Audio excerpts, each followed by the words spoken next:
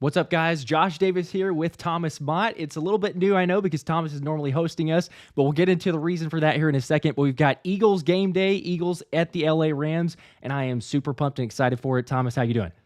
I'm doing great. I'm looking forward to this. This is going to be a little different today. We'll talk about why in a second, but we're moments away from kickoff and what's a very pivotal game for Philadelphia. And honestly, kind of feels like a trap game. We went into the season not thinking the Rams were going to be that good. Cooper Kupp was supposed to still be out. Now Kupp's back. They have this new guy named Puka Nacua who's incredible, and they're playing really good football. Philadelphia's defense is going to be under a microscope today as they try and hopefully hang on and go to 5-0 in the NFC. Yes, they are. You mentioned the defense there, and I think everybody's curious as well. We look at the inactives. The Eagles had released those, so if I can get this pulled up here in a second to officially list, we've got the inactives here.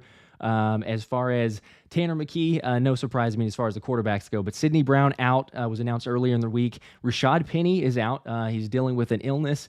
We haven't seen much of Penny, so again, not a huge loss, I guess, necessarily in terms of what you'd play. But then you've got Albert O for the tight end, and then of course defensive tackle Fletcher Cox and Marlon Tuipulotu are not going to play. I think probably not a huge surprise, but the biggest loss there, in my opinion, would be the fact that you're not having a Fletcher Cox in the middle. Granted, you're going to have some other guys be playing that perhaps you're going to have a chance to make some noise. But what do you expect to see from Sean Desai's defense and missing a big piece in Captain Fletcher Cox? They should be fine, right? They invested all these first-round draft picks into getting defensive linemen. They've done it the past couple of seasons. Jordan Davis, Jalen Carter, Milton Williams, who was having a great camp, been a little quiet so far this year. He's obviously going to play. The defensive line is not the worry for me today, Josh. The defensive line is the least of my worries. It's the secondary. And we've seen what Cooper Kupp has done, obviously in the past, coming back from injury. They say he's pretty darn close to 100%. Puka Nacua is putting up crazy numbers. And Matt Stafford, Super Bowl winning quarterback. This defense got shredded by Sam Howell last week. They get a little healthier with Justin Evans. They move Bradbury to the outside. They start Bradley Roby, presumably at nickel. But this defense has got to be better against the pass, or else you're going to have a good old-fashioned shootout where if you make one mistake on offense, you can lose this game.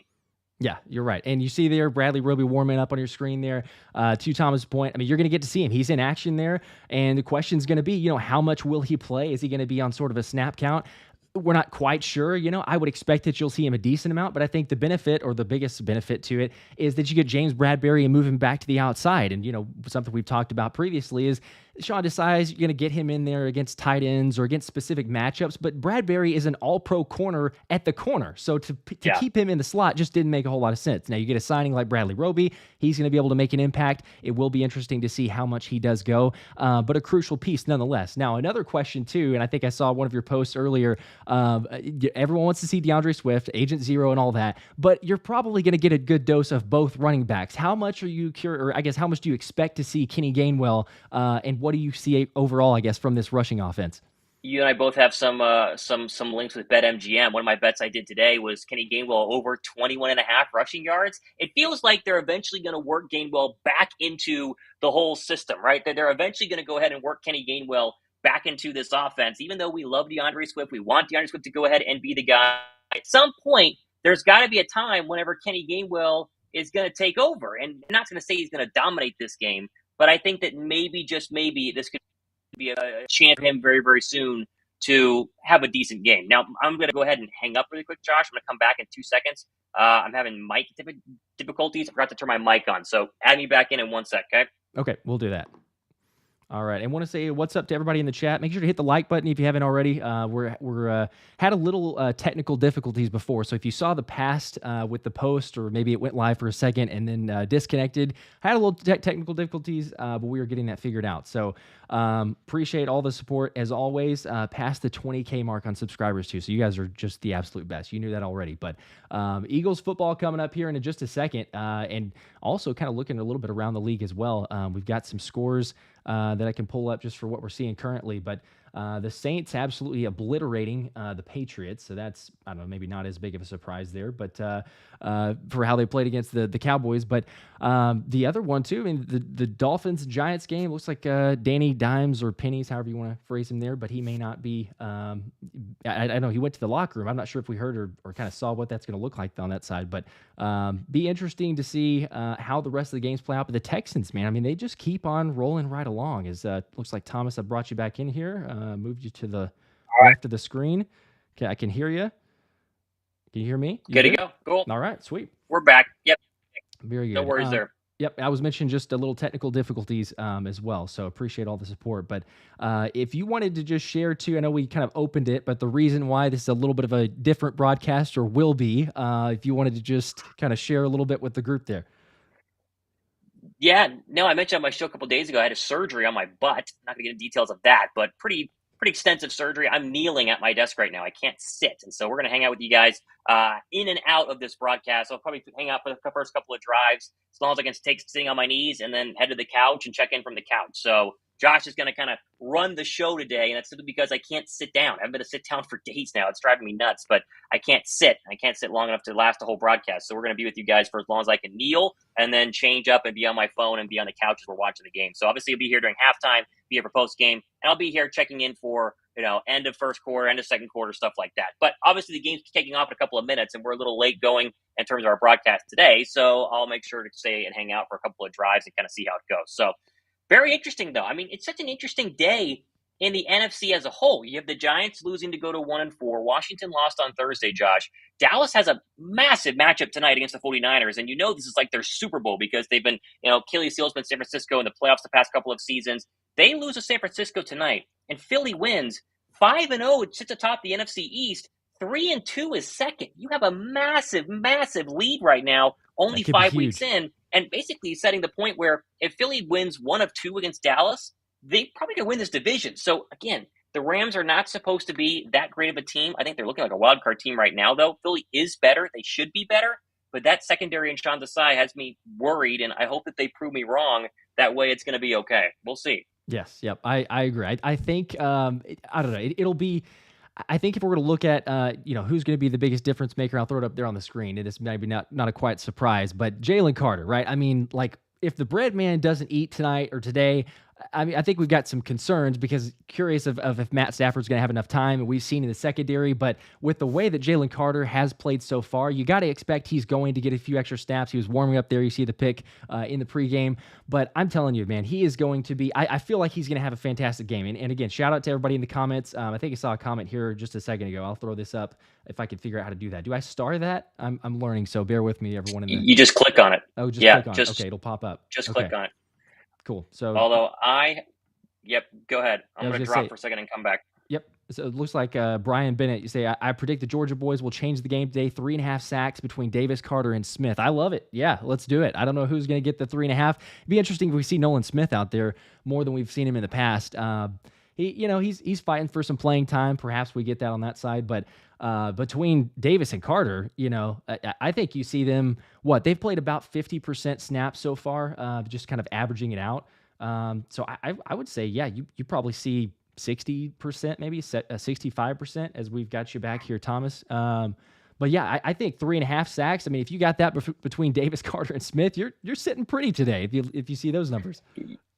You would think. The defensive line shouldn't have a problem. It's not a good Rams offensive line. It's a Rams offensive line that's given up plenty of sacks. They don't run the football particularly well. If Carter is going to have maybe a breakout game, it feels like this could kind of be the breakout game. And you notice I switched back to my phone here. We're having all sorts of technical difficulties on my end. So hopefully we're all linked up now. This is how it's going to be for basically the rest of the day, is on the phone after the surgery. So hopefully you guys are going to be fine with that, making sure everything's going to be fine. But they should be okay. Defensively, they should be just fine. I'm curious to see what A.J. Brown and DeVonta Smith do against this receiving core. I mentioned Ahkello Witherspoon on a couple of shows earlier this week. He was the Steeler cornerback last year that A.J. Brown absolutely obliterated. I mean, just absolutely obliterated during that game when they played the Steelers. Well, he's now a Ram, and it feels like if A.J. Brown is going to have a big game today, maybe him or Smith, it could be against Witherspoon. Yeah, that would be great too. I mean, obviously, getting a game like that, we've seen. You just mentioned, in the past of what AJ's been able to do, but the combo of that secondary and who they're going to be going up against. I mean, I agree. If it's going to be the great equalizer, or this is going to be the game where someone goes off, it's going to be one of those two probably. I mean, the question would be, are we going to see a little bit more of a Dallas Goedert in that situation? Maybe, but we haven't so far. Now, again, you could go back to the red zone numbers and what we've seen previously. What is it, 25th, I believe, if I'm not mistaken. The Eagles are 25th or 24th in red zone efficiency. So I think that goes up because the Rams, quite honestly, I think we both talked about this a little bit on our shows this past week, they're not good on their red zone defense. So if this is a game of sorts to say the get-right game in the red zone, have a little bit more creativity, maybe that's the case. I'll also be curious, is Nick Sirianni, has he been inserting himself too much? Because he admitted that, the 3rd and 11 play call that I think we all remember against the Commanders where Kenny Gainwell ran it, which was wave the white flag basically in the red zone, that was his call. So is Brian Johnson perhaps a little bit more aggressive than what we've been led to believe? I don't know. I think it's probably somewhere in the middle, but curious, do you expect to see a little more success in the red zone? I think it's going to depend on what they saw defensively from the Rams going into to this game. We haven't mentioned Sua Opeta being in. Obviously, he played well last week, but Aaron Donald's Aaron Donald. I think hopefully some more aggressiveness in the red zone is what's needed. They've been terrible in the red zone so far. They have not been able to consistently prove to us that they can go down and score even 75% of the time they've been in the red zone. But a lot of field goals. They've got to be able to figure something out. But, we'll see what happens today. I'm excited to watch, obviously, from the couch as you do the play-by-play due to the fact I can't sit down. Absolutely, yeah. So we appreciate you bearing with us, honestly, because, again, for those that are just joining, this is Thomas's, I guess, kind of McNabb game, if you will. Try to play Something through like injury that. somewhat and get out there. But, yeah, it looks like the Giants have just officially lost. Not a huge surprise, but, we might have lost Thomas here for a second. Nope. Oh, you back? Okay. Should still be here. Okay. Yep. All right. Yep. There you are. But yeah, as the Giants officially lose the Dolphins 31-16, not a huge surprise there. I mean, they weren't really in it for the most part at all, but about to get Eagles action as they will flip over there. Appreciate you guys again, as always. Make sure to hit the like button, subscribe to the channels. We appreciate all the support. Kudos, Thomas. I was mentioning earlier, but we both surpassed the 20K sub mark. I never expected that, but congrats to you. This has been a blast. So, as you can tell, I'm not near as well versed in this hosting of the games, so hopefully you guys enjoy it and bear with me as we go through some technical difficulties, but appreciate the support as always. Next week, hopefully we'll be able to sit down for the Jets game. We should be fine for the Jets game. That's That the is the hope, goal. and that's the goal. I think there might be a little bit of a delay with my voice is what I'm seeing right now, Josh. And I don't know if I'm able to fix that, so we're going to have to see unless, Okay. yeah, I don't know if I can fix that. It's going to be interesting. Okay.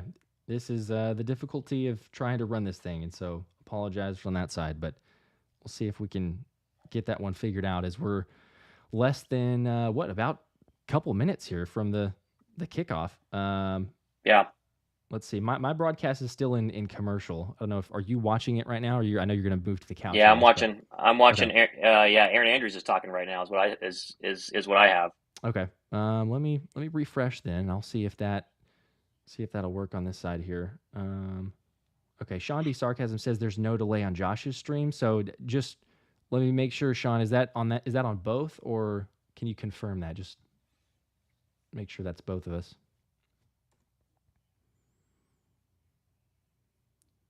Okay. Let's see here. Are you still in it? Do you see it right now, Thomas? Yeah. Okay. No, you are not delayed. I am delayed is the issue. Okay, gotcha. Mm-hmm. Okay. I'm about to kick this game never off. Fails. Okay, yep, here we go. Now I've got it. I don't know, it was delayed for some reason. Now I'm at the kickoff. Aaron Donald on your screen? Yep. We should be hopefully be synced up. So, and I will give the play-by-play or the play call. We'll be doing the play-by-play, but I'll give the play clock and the game clock for everyone who wants to try to sync up on the broadcast. So, I do need a VPN. Yeah, that would be nice. As the kick is away though, so I just saw mine. I don't know how far behind. I'm linked up. Yeah, I'm linked up. Okay. All right, kicked out of the end zone, so the Eagles get the ball first. And let's see if I can get this up. There we go. Quarter one, Jalen Hurts, a 21-1 record in the last 22 regular season starts. Yet there's still some doubt. I don't know if there's ever been as much doubt around a player who's 21-1 for his last 22 starts. Not a bad place to be in. All whites. We'll see. Let's see what they do offensively here. They've done well on opening drives. They just haven't been able to score a lot of touchdowns. Been a lot of opening drive field goals. Nice to go right down the field here. Let's see what happens.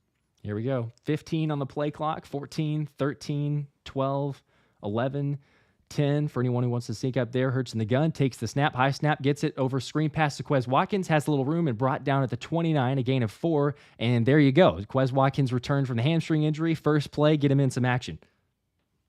He had a chance there to maybe break that one out. Well, he's been quiet. Obviously, the hamstring injury, but even before, they hardly used the guy. And I guess any question of does Zacchaeus take the spot is taken away as Quez at least starts as the opening tight end, and then now he moves off.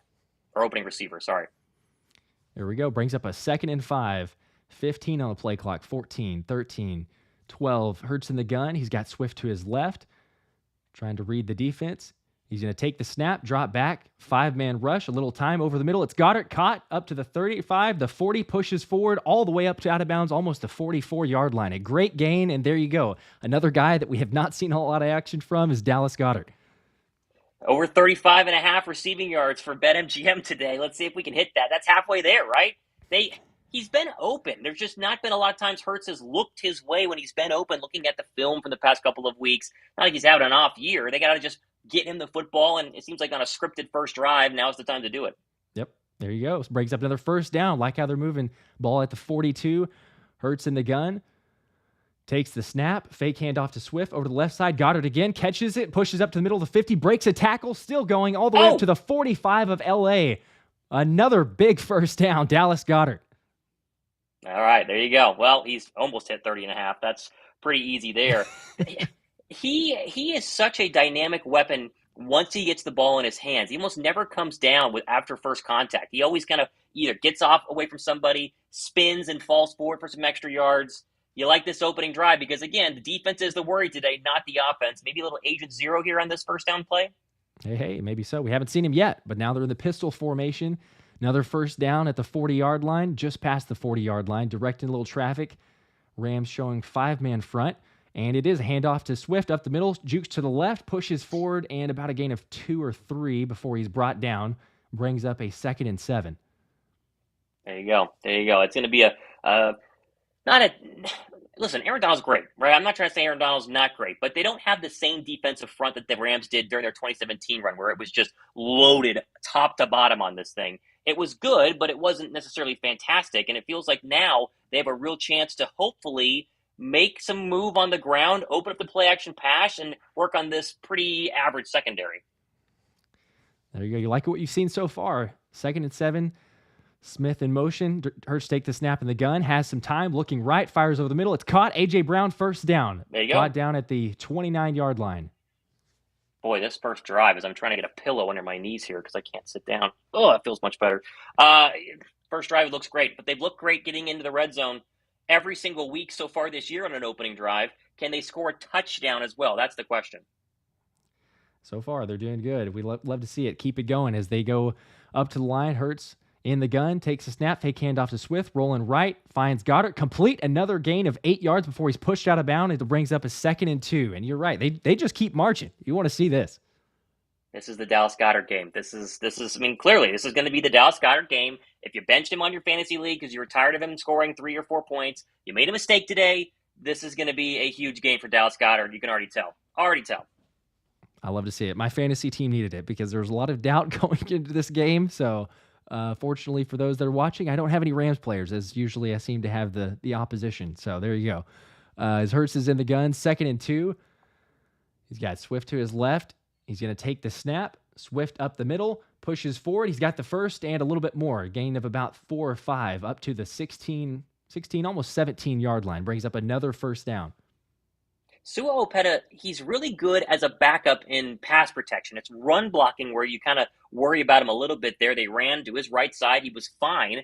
And for everyone wondering if Sua Opeta was going to be a huge hole in this offensive line or the lack of Cam Jurgens, sure, they miss Cam Jurgens, but when you have 4 other, all pros or pro bowlers on the offensive line, missing one starter is not going to sink the ship, and we've seen that so far on this drive.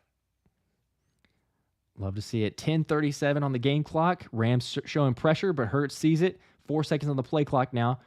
Hurts looking to his left. He's going to take the snap. They are blitzing. Hurts forced out to his right, rolling right, looking downfield. Now going to run for it and get out of bounds, but a gain of 2 or 3. That was better than what we've seen in the past. Brings up a 2nd and 7. You would like when they have revealed the defensive play call and all-out blitz, it's coming, and maybe a different check here. He does look towards DeAndre Swift and gives some sort of signal across his chest, but some sort of quick hot route here makes a lot more sense than Hurts having to bail out that fast. I know he didn't have a lot of time there, but still, you have to see a quick slant or something to beat that blitz and make him stop doing it. Yep. Definitely love to see that there because he's in the past hasn't shown the willingness or wanting to run, but here you go, 2nd and 8, ball at the 15. Hurts in the gun, Swift to his right, takes the snap, and fake handoff. Now up the middle, he's got a hole, pushes forward all the way to almost a 5-yard line. A good run, gain of almost 10 there, And at first, it fooled me. I actually thought Swift had it for a second, but Hurts with a great run and really good read there on the option. Is this the best drive the Eagles have put together all season long? They've scored a ton of points, and that's not been a problem, but this drive looks like vintage 2022 Eagles. Without question. As Hurts takes the snap, fake handoff, looking for Smith, but throws out of the back of the end zone, incomplete, brings up a 2nd and goal. Yeah, without question. It is looked commanding. You're marching down the field. I got a comment here from Shino Mori. Is this game in LA or Philly? It is in LA. But from Just the loud crowd noise and the pictures and videos and everything I saw before, it's a very home road game, if you will. All right, 2nd and goal, 15 think? on the play clock, 14, 13 for those trying to Goddard get here. Goddard touchdown for all the fantasy owners? Come on. Might have to. Handoff to Swift, though, up the right side, and met immediately. Going to be brought down just maybe short of the line of scrimmage, actually, so maybe a loss of 1 there. 3rd and goal from the 6 coming up. Okay, here's exactly the problem we talked about the opening of the show and the opening of this drive. They look great until they get to 1st and goal, 2nd and goal, 3rd and goal, and then field goal. Come on. You have 6 yards to go. You have an electric offense with weapons all over the place. You've marched up and down. Can you please prove to us you can get a first drive touchdown here in 2023? It'd be really nice right now. Got to see it. Here we go. 10 on play clock. Hurts in the gun. Gainwell is in now to his right as they subbed out. He's got 2 guys to his right and Goddard and Smith. 1 on the play clock. Takes the snap. Looking left. Now back over the middle. Has Goddard caught. Touchdown. There it is. Touchdown. Dallas Goedert. You finally see it. We wanted to see it. You finally got it. And there you go. Let's go. Game. Gotta like that. Yes, you gotta sir. like that. Oh, and Yes, they're rowing sir. the boat, too. All 3 tight ends. I want to see the route here. This might be that classic stick nod. Yeah, he fakes outside and then comes back to the middle. Zach Ertz became Eagles Hall of Famer off of that play right there. You gotta like that. 7-0 in an opening drive touchdown. That's huge. Heck yeah. Do you hear that, by the way? I tried to add that. I do. Okay. Eagles. All right. That's pretty good. And the PAT is perfect. Elliott perfect. And it is 7-0. And you're right. It doesn't get better than that, really. That drive, you march down the field. You have a little question mark there on the 3rd and goal. But they answer the bell and without question. I mean, that is the best drive that we've seen from this team all season long. And you answer the questions, too, about the red zone. Love it. Hurts nearly perfect. That 1 incomplete pass, that's just as good as you could hope. I see a super chat from Dan. We want to get that on the screen and make sure we got people knowing what's going on with the giveaway today. There we go. Yeah, so make sure to get that up there. All right, so while I'm going to enter this for Dan, as appreciate too, you guys are doing great work. Keep up the great work. $5 super chat from Dan Fagan. So Dan, I've got you down for another 5 on the entry, and I will, as I'm entering this, I'm going to throw it up here in a second. It's going to be double duty on this side. But, yeah, let's get the giveaway up. There you go. All right. So, yeah, for anybody who's not aware, we always do this during Eagles games. But the giveaway at the end of the 3rd quarter is a Jeff Stoutland hoodie, which is kind of, I guess appropriate for this game. And that Sue Opeta's in there. We got to block Aaron Donald. But yeah, I've got to order one afterwards, so probably gonna order a couple. But yes, if you drop a super chat, make sure you're subscribed to both channels. You are entered. Every dollar is an entry. So for Dan right there, $5 entry gets him, or $5 gets him 5 entries into the giveaway. At the end of the 3rd quarter, we will spin a wheel of fun, and whoever wins that, you will get shipped the hoodie, and you'll get to rep Stoutland University. So there you go. Hey, I'm telling you, this thing's cool. It's unique too, right? You could rock this hoodie and not be that annoying guy who's always wearing Eagles gear 24/7. Yet secretly they go, "Oh, what college are you repping right there?" And then it's just a Stoutland University one. Josh mentioned that any super chat gets you guys an entry, and obviously the dollar amount corresponds with how many entries you get. And $1 you can still win, but we spin it off of basically a piece of a pie, and the more entries you do, the higher a chance you have. That's basically how it works. So if you guys want to jump in on the giveaway, we do this at the end of the 3rd quarter, and I will be a part of the broadcast for that. For those people just joining us, I had surgery on my rear end a couple of days ago. I cannot sit. I am kneeling. I will kneel for as long as possible before I go to the couch. So Josh will go solo for part of this game. I'll be back for halftime. I'll be back for end of quarters. We're going to be here often, but for those wondering, eventually I will not be here. But I'll be here for that giveaway. I want to see who's going to win it. There you go.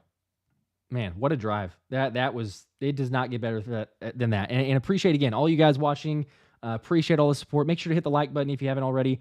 As William Belita says, everything was just on point during that drive. Yeah, without question. There was, you answer everything, but you get to see a little bit of Quez Watkins in the screen pass. You get Dallas Goedert and everything else. So let's see what the defense can do now as Jake Elliott kicks the ball away.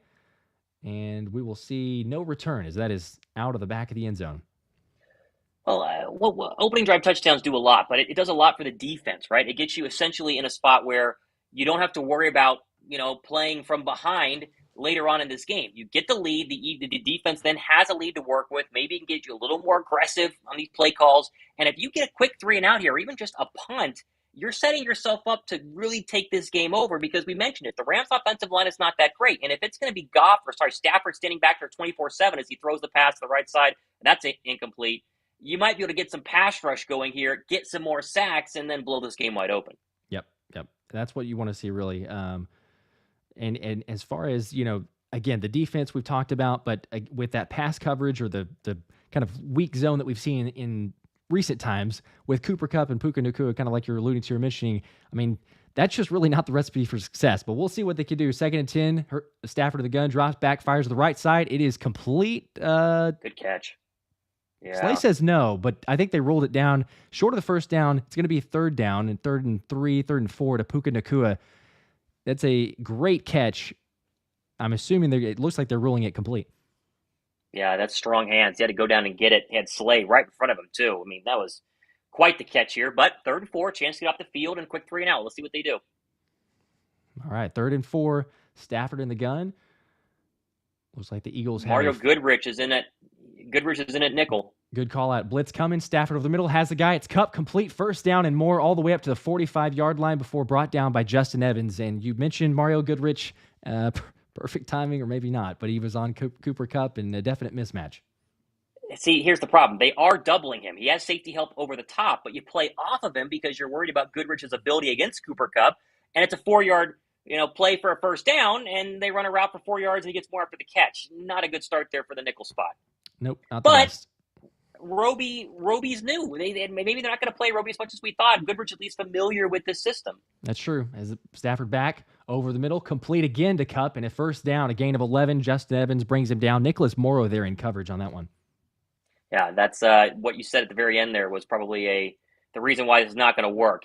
Morrow's in a zone here, and they're going to bracket him again. You see Evans come over the top and try to help out, but Cooper Kupp has been a problem right now, and they're going to keep him in the slot probably all game long to take advantage of this. You see it right now as he's in the slot again. So here we go. Stafford dropping back over the middle, trying to find Kupp, but it's incomplete. Now, that time it was on Reed Blankenship. There's a late flag, though. They may... For what? For what? Surely that can't be on Blankenship. I mean, that didn't... Unless he got there early. We're waiting on a replay. They got pressure on Goff as it's going to be a... there is no foul, right? Is that what he just said? Foul. I can't hear it. Okay, good. I was going to say, that did not look worthy of that. Did not deem that worthy. But you see what the Rams are trying to do here. They understand the Eagles have 2 good outside cornerbacks and no good inside cornerbacks. And so you spread them out 4 wide. The Eagle cornerbacks are not going to travel. And you put Puka Nacua outside to take over Darius Slay. And you go Cooper Kupp in the slot. And you make these guys win. You make Mario Goodrich win. You see it again happening right here as they have Nacua now working in the slot and across the formation. Yep. Stafford in the gun. Williams to his left. Takes the snap, handoff to Williams. Now up the middle, Reed Blankenship, and looks like Zach Cunningham, along with Jalen Carter, bring him down. A gain of 2. 3rd down. Number 1 rush defense in the NFL. It's if I was an opposing offensive coordinator, I would try and throw 50-plus times on Philadelphia. Make them beat you in coverage. I would not try and run down their throats because they're just too good when Jordan Davis and Jalen Carter are in the game. Right now, though, it looks like Street and Carter are your 3rd down pass rushers at D tackle. Okay, you get your answer to that question. Yep, that's who it is. So 3rd and 8, Stafford in the gun, Williams to his left, trips right. Eagles showing blitz. Stafford now getting Atwell in motion, takes the snap. No blitz coming. Stafford over the middle, complete. Again, another 1st down. It is the same play, same result. Cooper Kupp. This time, though, Eli Ricks was actually out there. So just to make note of that. For those wondering when Eli Ricks was going to play, there he is. But he was. Cooper Kupp is going to have a big day. If you were wondering, if Cooper Kupp was going to have a big day, much like Dallas Goedert in that first drive, he comes out of the game right now for a little breather. But 4 targets, 3 catches for 36 yards, that's the game plan, and the Eagles got to figure out something to help out. Yeah. If you took the over, you're feeling pretty confident with the way this game's gone very early on. But now Stafford under center. He's got Nacua in motion. Now a pitch to the right. A run from Williams getting around the corner before he's forced out of bounds. A gain of about 5 there. Nicholas Morrow on the tackle brings up a 2nd and 5. Yeah, he got tripped up. I think it was Zach Cunningham. Kind of made him stutter a little bit there. But, yeah, good stop there. That's the Eagle defense for you. Yeah, it's going to be it's really going to come down to, honestly, how much can you limit that passing attack? You mentioned it. If you're an opposing team, you should just throw the ball nonstop, and you're seeing it right now. The pass rush, it's get probably a couple pressures, but with the way that the pass protection is, or the pass coverage, it's kind of hard to get much more than just a little bit of a pressure on Stafford. Just 2nd and 3 now. Sweat with a great get off there. Handoff, almost makes the tackle, and he does. Finally trips up Williams, but a gain of 2. Brings up 3rd down. Jeez, that was almost an offsides there. Became pretty darn close, but really, really good get off there. That was nice. But here's what's happening. It's a really good opening drive by the Rams. Thank goodness Philadelphia scored on their first drive. Hopefully they can bend but not break and force a field goal here. It's going to be interesting. This defense, though, they're trying not to give up the big play, but it feels like the solution for the Rams is death by 1,000 cuts, and you've seen that with all these slant routes to Cooper Kupp. Ball at the Philly 22, 3rd and 1. Stafford in the gun again. Williams to his right. He's got Cooper Kupp on the far side. Now sends him in motion. Slay on him. Drops back to pass. Pressure coming. He's filling it up the middle. Forces a pass up. It's incomplete. Ooh. Incomplete. Intended for Puka Nacua as Justin Evans and Slay ended up on the coverage. There you go. Pressure helps there. He has some Eagle defender. I think it was BG at the feet of Matt Stafford. He did kind of move to his left. Give credit to Eli Ricks. He was lined up one-on-one on Cooper Kupp. He slipped at the end, but hung on long enough. And that's Ricks playing in the slot as well. So interesting move with the signing of Bradley Roby. Ooh, and they're going to go for it here. But Ricks getting some slot play and did a good job that time. Here we go. All right, 4th and 1. What are we going to see here? Stafford in the gun. Kupp in motion. Now going to the far side. Ball at the Philly 22. 10 on the play clock. 9. Stafford now reading the defense. Pressure coming. Over the middle, complete. Again, Cooper Kupp and brought down to the 10-yard line. Another 1st down. Eli Ricks in coverage, and you're going to have to stop that. That's the same play. All right, Sean Desai gets paid hundreds of thousands of dollars to be a defensive coordinator, and right now his solution is undrafted free agent rookie Eli Ricks, who has not played a lot of slot at all this year or in his career, one-on-one on 4th down and 1 with 5 yards of off coverage. These are things that don't make sense. I get it. You don't want to give it the big play, but situational football defensively has killed Philadelphia for years on 4th and 3rd and short, and it killed him right there. Here you go. 1st and goal. Toss to Williams, and it is blown up down. Oh, but he breaks a couple tackles, only loses about 1. I was going to say blown up by Jordan Davis, and it looked like that was Milton Williams, but Kyren Williams broke a couple tackles, only a loss of 1 there. Yeah, it was a good play there by multiple Eagle defenders getting in. And at least getting a stop as they showed a sigh on the side of the field. So hopefully he's got a good game plan here. It's a long drive. I'm going to hang out for the rest of the first quarter because we're already with 3 minutes to go. But bend but don't break. Bend but don't break. Come on, give us a stop. All right, here we go. There's 10 on the play clock. 9, 8, 7 for those trying to sync up as Stafford takes the snap, trips right, throws to the right side. It's Kupp. It's caught, has a block, pushes all the way up to the 2-yard line and finally brought down by Darius Slay. Brings up a 3rd and goal from the 2. Credit Brandon Graham. He's in a pass rush stance at the left side of the formation and yet reads this tunnel screen essentially and gets out there as quickly as he could and had the first at least hand on Cooper Kupp, made him slow down a little bit before the other Eagle players went ahead and filled it in there. We're going to see what happens here on 3rd down and goal. 3rd and goal from about the 2.5-yard line. Stafford has trips left. Eagles showing a little bit of pressure here. As Stafford now 8 on the play clock, has Atwell in motion. Now going to take the snap, drop him back left side for Atwell. It's caught and touchdown. Touchdown on James Bradbury. I couldn't tell. Jeez, I thought Bradbury was going to jump that. I thought he had a chance there. That looked like he might have. Wow. All right. Okay. Well, it's what you expected. The secondary gets shredded. I thought Bradbury had a chance here. No, he wasn't even close. Yeah, you're right. The angle that we're seeing from, it did look like he had a better opportunity to jump that route, but he thought he did. You almost see the reaction there in that replay. He thought he did, and I think that he overran it or he committed too early, and then Stafford got him. But that's a good throw. You're right. Give credit to the Rams there, but Desai is going to have to adjust something, as we all know. Joker Smiles comment saying it's going to be 45-42. Yeah, it's looking like it. And M5's comment, why are cornerbacks 10 yards back? I will never understand. I get that the Eagles like to play kind of a soft coverage, but when it's third or fourth and short, why line up and give them a free release when they need a yard? It doesn't make sense. But, welcome to the 2022 and 2023 Eagles. That is it. You're going to, trust this offense because this has gotten into a shootout already, which is not too surprising. But interesting, you see Eli Ricks in there, curious how quickly or how long before we might see a Bradley Roby, especially with how that first possession went right there. He's surely going to be on a snap count of sorts. You don't know what exactly that is, but for the Rams, I mean, Cooper Kupp is going to be the recipe for success, and they're just going to keep going to that until deciding the defense can prove that they can stop it. So I don't know. We'll see. But like you mentioned, I mean, just as good as the Philly opening possession and drive was, the Rams kind of did the same thing, just slowly marching down the field. So we had our opportunities on the 4th and 1. Don't feel too great about that one. Let's get to a couple super chats. I know the pace has been pretty frantic, but let's make sure to get to these. So, and I'm going to throw up the little promo as well. But Shane Baker, we got 2 from Shane Baker here. He says, "Fly Eagles fly. Love you all. Fly Eagles fly." Appreciate that, Shane. Love you too, man. Go Birds. And just a reminder too, everybody, if you throw out a super chat there, Shane's got 2 more entries now into the giveaway. So I got you down for that, Shane. And then let's see here. We've also got another one here. Let me get to that one. Soul Center, 2 from Soul Center. Thanks again for calling the game. Absolutely. Appreciate that. Yep.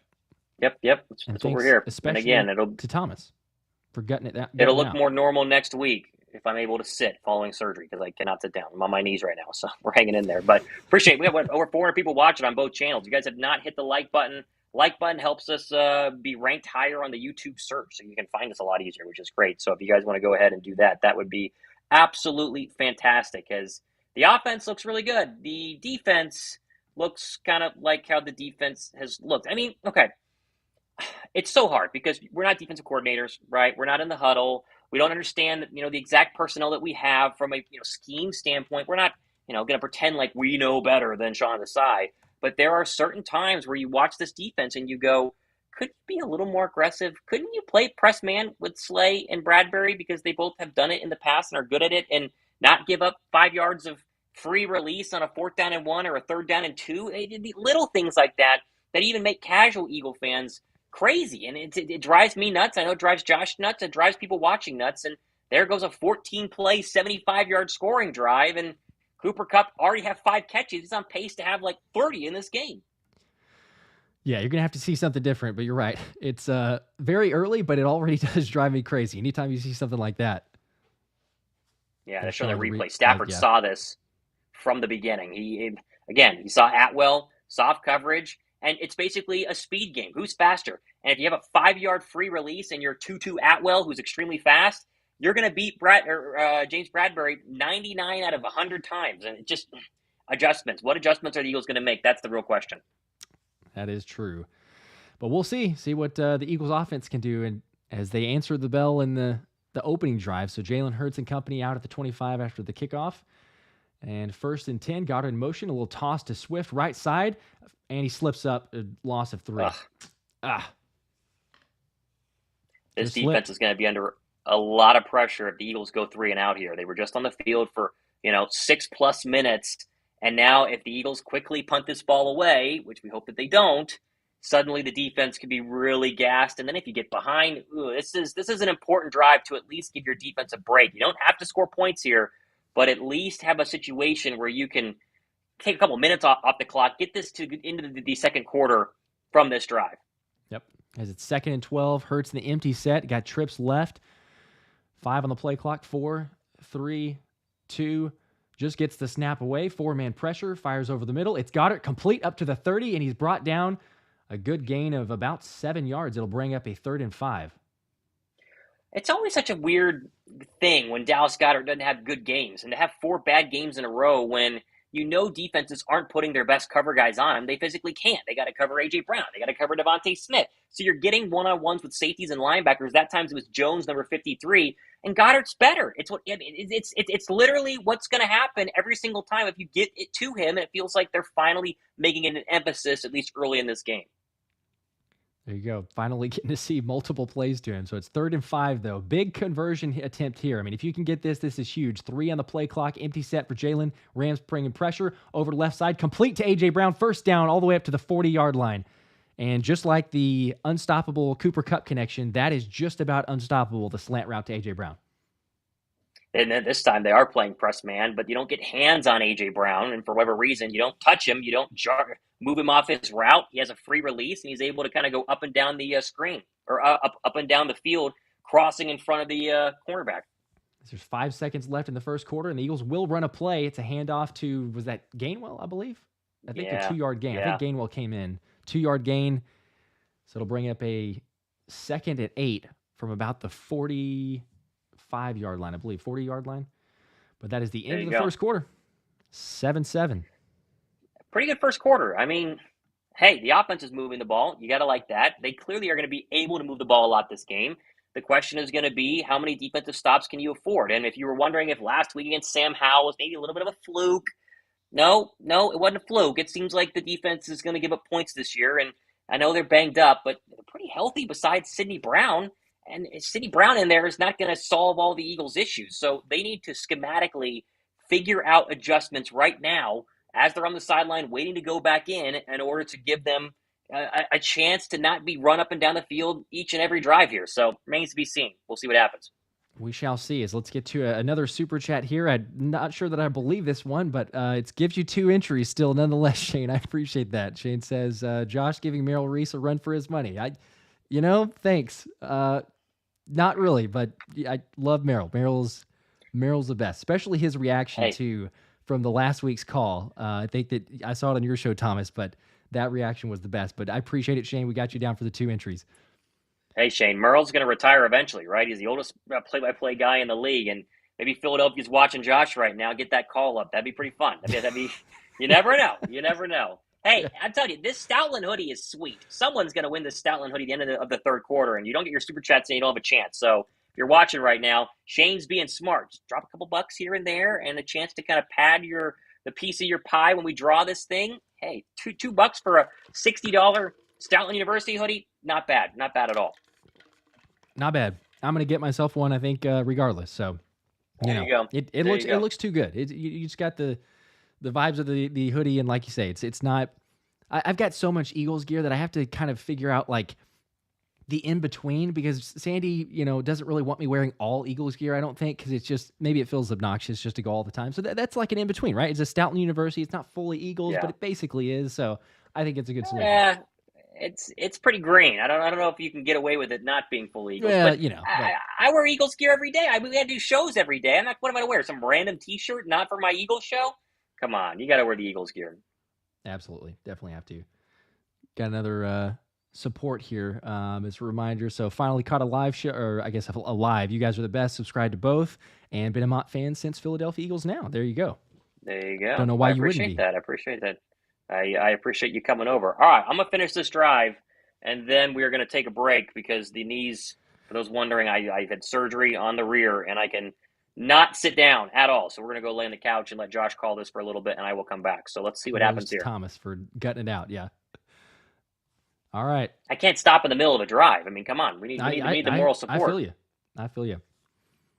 Karen G says, how did the Rams score? It was a Tutu Atwell 5-ish yarder. So it's 7-7 all. Start of the second quarter. Hurts in the gun at the Philly 41. 2nd and 9, takes the snap, 4-man pressure, looking to left. It's intended for Smith, incomplete, and knew that was a little dangerous there. Jalen Hurts has been extremely accurate so far this season. That was not accurate at all. I'm not sure if it was a choice route for DeVonta Smith where he could stop or come across the middle, but Hurts threw well behind him, and they're lucky that the corner was pretty much at DeVonta Smith's hip, or it could have been a nasty pick there. Yeah, almost dangerous and thrown behind there. You're right. It could have been not a great pick six, but fortunately not. Still a very important third down here. 3rd and 9. I believe it's the longest of the day. 8 seconds on the play clock. Hurts in the gun. He's got Gainwell to his left. Now Quez Watkins going in motion to the far side. Hurts takes the snap. 5-man pressure. Has a little pressure. Now cuts up the middle, trying to make a man miss. He does. He's got some room up to the 45. Makes another man miss and brought down to the 50. Ow! Looks like there was possibly a face mask. I don't see a flag yet, but that looked very It odd. must have been his jersey. Okay. It must have been his jersey. It looked like a face mask. But a first down nonetheless. Jeez. This is quite the run here from Hurts, who's run less so far this year. He has multiple defenders. They brought the linebacker on an 8-gap blitz, and Kenny Gainwell didn't do that great of a job picking it up. He makes, I believe it's the safety. Yeah, and they're showing the replay. You grab the jersey, the front of the jersey, and pulled it. Yep. So no face mask, but still, we'll take it. First down at the 50. Huge first down. Yep. Ball at the 50. Hurts in the gun. Gainwell to his right. He's got Brown and looks like Quez to the far side. Takes a snap, fake handoff. Has time, buying time. Far side, going to take a deep shot. Intended for Brown. It is caught. No, it's incomplete. Oh, he had it and he dropped it. That would have been a very, very difficult catch. Jeez, it popped out of there. This is a great throw by Jalen Hurts. He has incredible amount of time. As you see, where's Aaron Donald on this? I'm trying to find him. I don't think he was in on that play. This is a dime to A.J. Brown, and he just couldn't bring it in with one hand. So close. He had it. It was, right there. He did. Very difficult. He had Fuller's arm holding his left arm, and that definitely disrupted the play. But good throw there by Hurts. The accuracy that we talked about, pretty darn good. All right, here you go. It's a 2nd and 10. 3 seconds on the play clock. Hurts in the empty set. Gets the snap just away. 4-man pressure. Looking to the middle. Now scrambling out to the left side. Buying some time. Trying to look downfield. Now throws it away. Incomplete. 3rd and 10. Yeah, you almost wish he throws that away a little bit sooner because he's not going to be able to protect himself when he gets hit here. He's okay, obviously, but this is a good job by the Rams coverage situation because Hurts has plenty of time. The offensive line is holding up really well. He bails in the end there, and there just isn't anybody open, and he takes a big shot at the end of it and pays the price. Yeah, fortunately he's okay, but I'm with you. Get the ball away a little quicker. Don't take that shot. 13:53 in the second quarter. Birds had the ball. 3rd and 10. 7 on the play clock. 6, 5, 4 for those trying to sync up. Rams look like they're trying to bring pressure, and they do. Hurts takes the snap. A little bit of time, though. Fires a shot over the middle, and incomplete. Just high for Quez Watkins. Would have been a first down. There's a miss. Yeah, that's just a miss. It was wide open, and Jalen Hurts had a clean pocket, and he missed him. I don't know if there was a defender in front. He had to kind of fade that ball over, maybe. But, an inch lower, and Quez catches that in stride, and we're keeping the drive alive. Gosh. All right, going to break up a punt then. So Braden Mann in the game here. This is the last game that he can be called up. So we'll see how he could do. Takes the snap, gets the punt away, and it is a high angler to the left. It's a fair catch. Good punt to the 8-yard line. So the Rams will have the ball at their own 8. 13:41 left in the second quarter. Gave Philadelphia a chance to give the defense a break, so you got to like that. All right, I'm going to hop off for a little bit. I'll check in at the end of this quarter for halftime. For those wondering, of course, I had surgery. I can't sit, and I've been kneeling for about a quarter and a half, and it's killing me. So we're going to take a break. Josh will hold it down, and I will be back in a little bit. Have fun, guys. We shall. We appreciate it. All right. There he goes. Thomas Mott on his Donovan McNabb game, or whatever you want to call it, but gutting it out with a serious injury. Just take my word for it. So we appreciate Thomas, but appreciate all you guys too for tuning in, watching the broadcast. Have 121 likes now, so if you haven't already, please make sure to hit the like button, as those are very much appreciated. Help get the algorithm out there, and also I know that we've said this quite a bit, but I probably won't stop until we get to the third quarter. But we got a giveaway going. Anybody new joining the Stoutland hoodie giveaway, just drop a super chat and make sure to subscribe to both channels, mine and Thomas Mott. And you will be sure to be entered. $1 is one entry, and we've got quite a bit of entries over the past week or so. But one lucky fan will be going home with the hoodie that I'm probably gonna have to buy afterward once we give away the hoodie. So here we go. All right, let's take a look at some of the other scores while we're in a commercial break around the league. Looks like you got a final on several, as the Chiefs are up on the Vikings early, 7-0.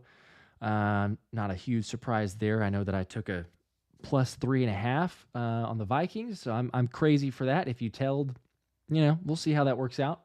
The Saints blanked the Patriots. How terrible is that one? Lions 42-24 over the Panthers. I mean, is that really a huge surprise? The Lions have been looking really good. I know that's not saying a whole lot, I guess, with the Panthers the way they are, but. And the Colts getting the win 23-16 over the Titans with Jonathan Taylor back. Does anybody know? I wasn't able to check actually before getting ready for this game, but I saw that Anthony Richardson was injured. Is it serious? Do we know? Somebody let me know. All right, looks like we're coming back from commercial break here. So the Rams will get the ball at the 8-yard line. And we'll see. We'll see if Sean Desai has made some adjustments, because that is definitely needed, definitely necessary. I think I saw a comment earlier, did the defense not realize that Kupp is great? And does the defense not realize? I think they know it, but for some reason they're not in position. So we'll see if the adjustments are made. Ball actually on the 9-yard line. Stafford in the gun, takes the snap. Going to hand off to Kyren Williams, and he's brought down immediately. Zach Cunningham, great pursuit. Brings him down at the line of scrimmage, brings up 2nd and 10.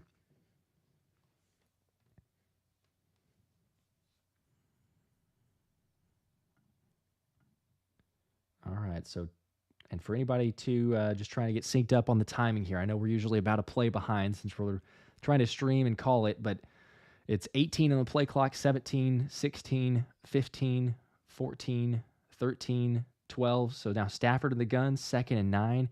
He's got Tutu Atwell in motion to the near side, takes the snap. Eagles bringing pressure, a screen pass to the left. It's caught up to the 10, has some room to the 15, all the way to the 18, but brought down. Good tackle by Blankenship, just short of the sticks.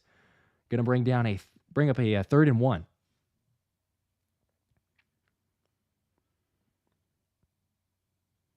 All right, I appreciate that. Solar Shockwave, he's questionable for next week. Shouldn't be serious. Okay, I didn't know. I saw Anthony Richardson down, so I just didn't know how serious, but that's good. Never wish any injuries on anybody.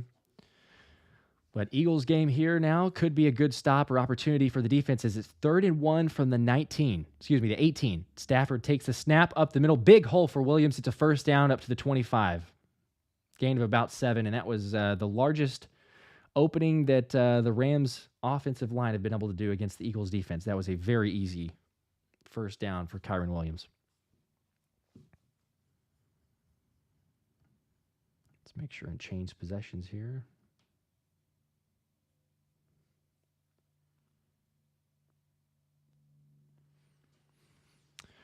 All right, 11:55 in the second quarter, 11 on the play clock. Stafford under center. He's going to take the snap, handoff left side. Kyren Williams has a hole, pushes up forward, and gains about 3 before he's brought down by James Bradbury and Zach Cunningham. Brings up a 2nd and 7. All right, so LA going with a little more on the rushing attack there.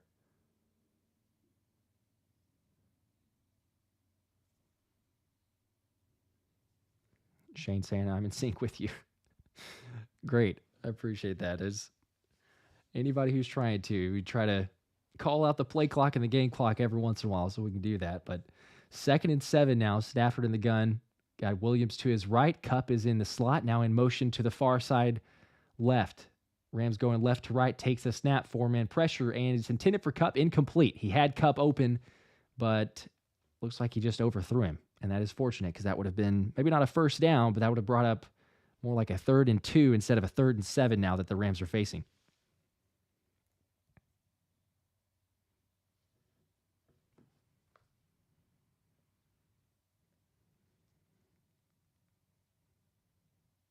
All right, big 3rd down. 3rd and 7. Stafford in the gun. Eagles showing pressure. Trips right, Atwell in motion to the near side, now takes the snap. Stafford looking over the middle, has time, fires it. It's incomplete off Puka Nacua's hands, incomplete. He had him for the 1st down, but he dropped it. But, man, you talk about the opening of the middle there. That was the same play that we have seen over and over and over as Bradley Roby got in some action. I didn't realize that. Bradley Roby was actually in coverage there. Puka Nacua had him beat for the 1st down. A little high throw from Stafford. But we will take the incompletion. So brings up a Rams punt now.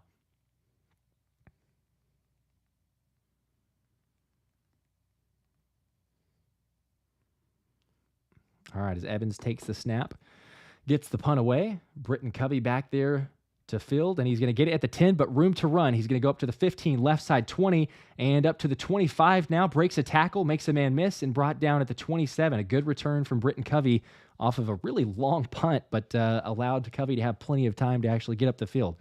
So Eagles getting the ball, 27-yard line, 7-7, 10:39 to play in the second quarter.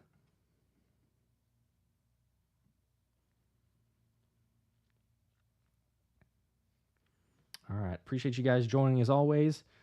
Looks like we've got 150 likes now. If you haven't liked or hit the like button yet, please make sure to do that. It definitely supports the channel and very much appreciated. Also, feels like a great time for another plug of the Stoutland giveaway. But if you like the hoodie there, we're going to be giving that away at the end of the third quarter. All you got to do is drop a super chat and make sure to subscribe to the channels. And every dollar is an entry. So $1 is one entry, $10 is 10 entry, so on and so forth. But if you want a chance at the Stoutland hoodie, just throw out a super chat there and we will get you down.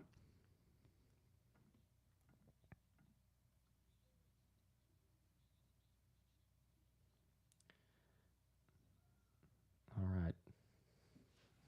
Yeah, I see Shane there. Will Roby stay in? I don't know.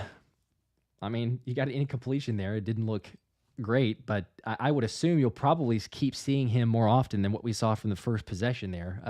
It didn't look promising from what we saw on Eli Ricks or Mario Goodrich, so you got to think that they're going to put Bradley Roby in there a decent amount, considering the Rams are playing Cooper Kupp on what appears to be just about no snap count. I was curious if we would see that, but it appears like we're not.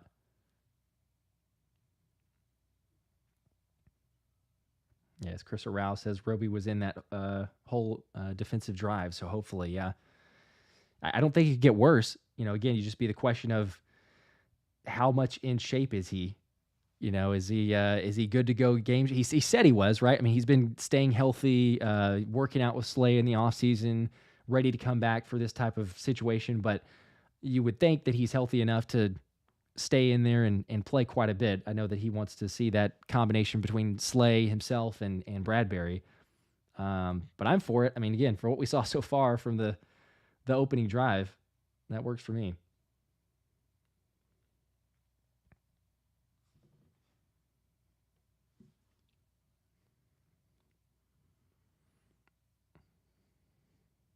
All right, is Sirianni, they're showing the replay here, I guess in the break, but Sirianni giving knuckles to Jalen Carter in the D-line. A little pressure that they generated on Stafford probably caused that overthrow on the last possession, but very close game here. They're showing the ball control, 21 plays for Philly, 100 yards, 20 plays for the Rams, and 93 yards, and both very equal in time of possession. So you're sitting here, 10:39 left in the second quarter, 7-all, 1st and 10 for Philly. And neither team has really separated itself. It was pretty obvious, I guess, to say with the score and the way the situation is right now. But here we go. Let's see what Jalen Hurts and company could do. Ball at the 28. Brown on the far side. Hurts in the empty set. Going to take the snap. And a screen pass to Swift down the right side. He takes it up the middle and gains about 4 yards probably. That is one of the first times. I know we've seen it a couple times, but I would love to see that play a lot more often. Swift getting him as a pass catcher. I think I'm surprised at how little amount of receptions that he actually gets. But, you know, we're seeing that actually there. That's a pickup of about 4 yards, but we know what Swift can do in the running game, but he's certainly a weapon in the passing game. I'm just not sure the Eagles have fully unlocked that, but love to see it there. All right, 2nd and 5. Hurts in the gun. Swift now to his left. Takes the snap. 4-man pressure, has time, right side for Goddard, incomplete. He threw him just a little out of his reach, and I couldn't tell if that was either Goddard was supposed to go a little further on the route or Hurts just missed him. It was not a great pass if that was the intended route. I don't know if Goddard was supposed to go out there. Not a good connection. Incomplete brings up a 3rd and 5.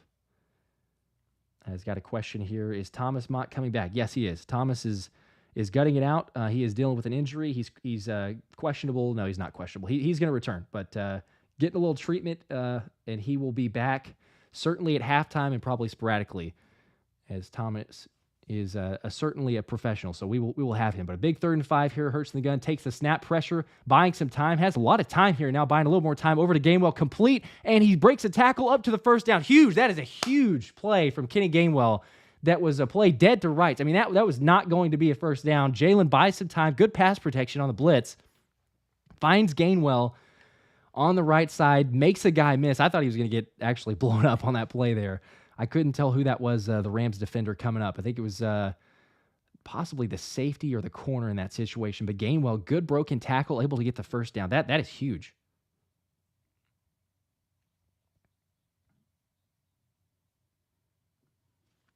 All right, big first down. Ball at the 39. Hurts takes the snap, give to Gainwell up the right side, and brought down by Aaron Donald, a gain of about 1.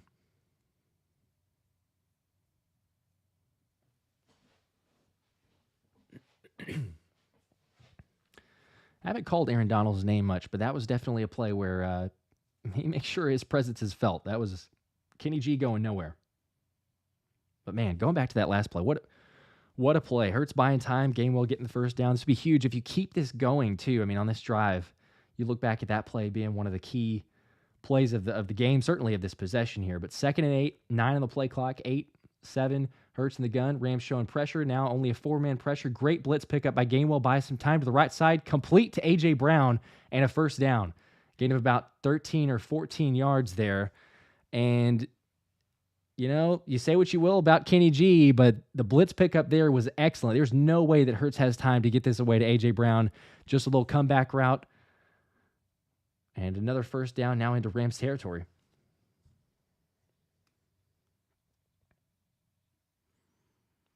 All right, ball on the 46-yard line. 1st and 10. Hurts in the gun, takes the snap, 4-man pressure, looking over the middle, now trying to go deep, trying to buy time now, and he's just going to have to take a sack. That was Zach Van Valkenburg, I think is how I say his last name. I might not have said that perfectly, but for the Rams, gets the sack. And that's hard to say. I mean, Hurts had a significant amount of time. They're kind of showing the replay here. Man, there's not really a lot of places. That's kind of a coverage sack. I mean, he did have a lot of time. It's not like he didn't have much pressure, as Opeta even got a pancake on that last play.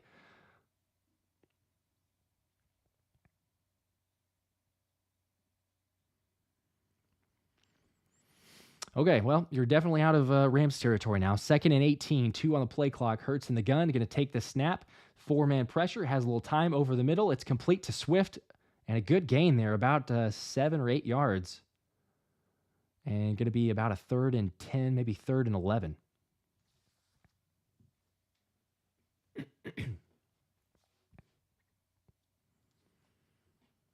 Okay, let's see what the offense can do here.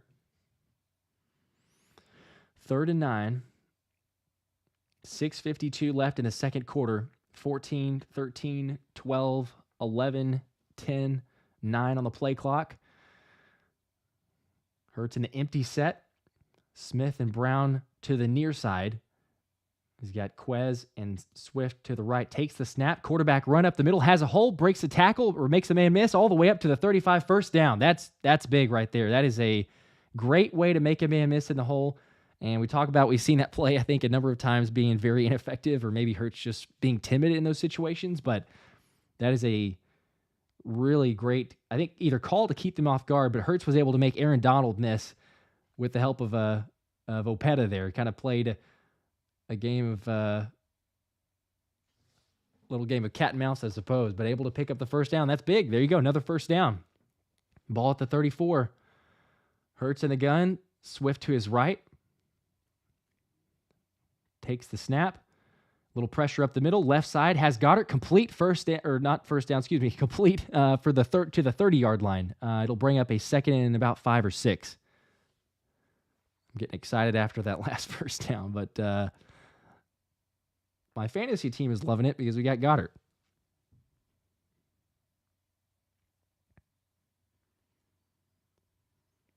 All right. Eagles keeping this. Hopefully they keep this drive going.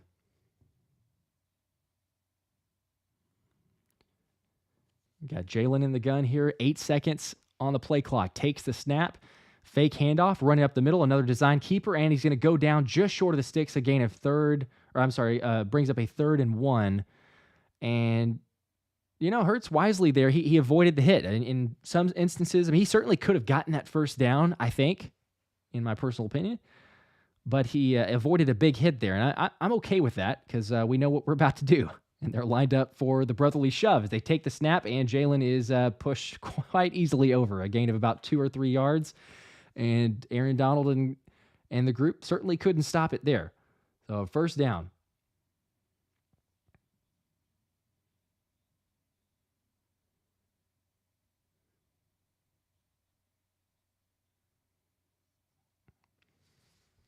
Just unstoppable. Oh, I'm seeing in the comments, you see the kick at the end. I did not see that.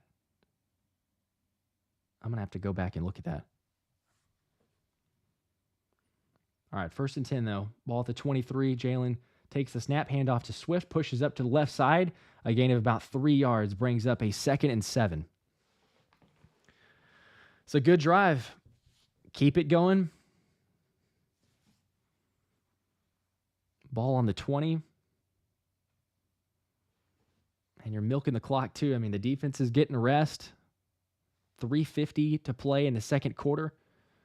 And just in case anybody's trying to get synced up on the game here, we're at 15 on the play clock, 14, 13, 12, 11, 10, 9. So 2nd and 7, Hurts in the gun. Swift to his right, takes the snap, looking right side. Now out in the flats, it's Swift. He catches it to the right side, makes a man miss, goes up to the sideline, and brought down just short of the first down, a gain of about 5. It'll bring up a 3rd and 2. Looks like they'll be around the Rams' 16 or 17 yard line, I believe.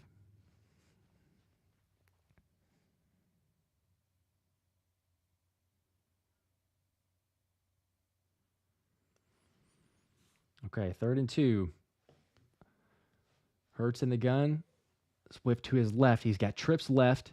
Takes the snap, fake handoff, screen pass to Quez Watkins, complete. Tries to make a man miss, and he's brought out of bounds at the line of scrimmage. It looked like he might have actually had a chance there, but then DeVonta Smith's, looks like Kennedy for the Rams was who broke free of that block. It was blocked pretty well from A.J. Brown and DeVonta, but I don't know if Quez didn't cut it. It almost looked like he could have cut it up inside, but by going it outside, he gets pushed out of bounds. And now with it being 4th and 2, 4th and 3, going to just bring up a Jake Elliott field goal attempt.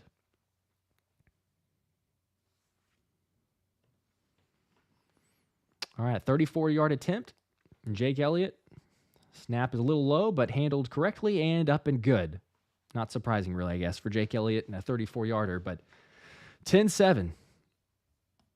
Okay, you got the lead, but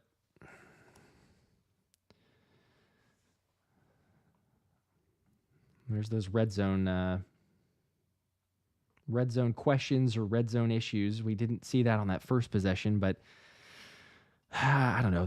Felt like you could have had a little better play calling or situation come up on that side. I don't know. Yeah, Jared Dawson's where is Quez running? I don't know. It felt like he could have just kind of got a little physical run through the blockers there. That would have been good.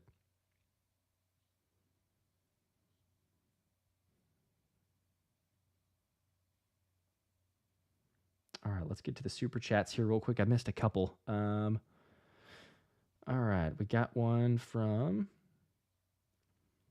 Catherine. There you go. Super chat from Catherine. It doesn't say anything, but that does get you down, though, still for the $2 on the Stoutland hoodie giveaway. So let me make sure and put that here.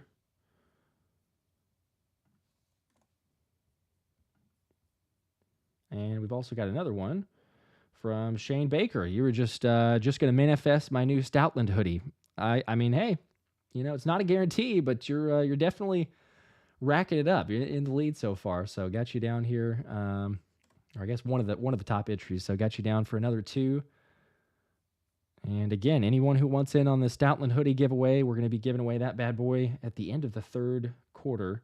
All you got to do is drop a super chat, and every dollar is an entry. So with that last one there, Shane got another 2 entries.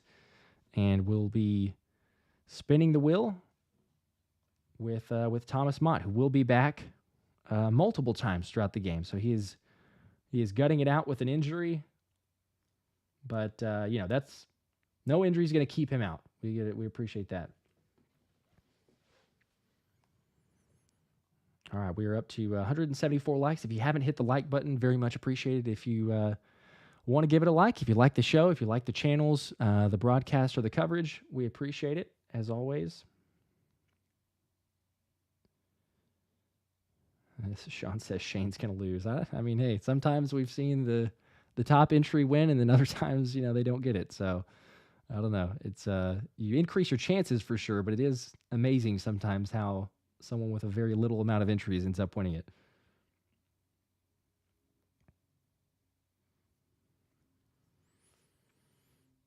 Okay, what can we see here from the Eagles defense? What do we expect to see from the Eagles defense? I'm hoping limiting that middle of the field throw that we continue to see as Elliott kicks it out of the back of the end zone. So both teams still with a 3 timeout. Stafford and the group come back out on the field. 2:15 left in the second quarter, and they'll have the ball at the 25-yard line.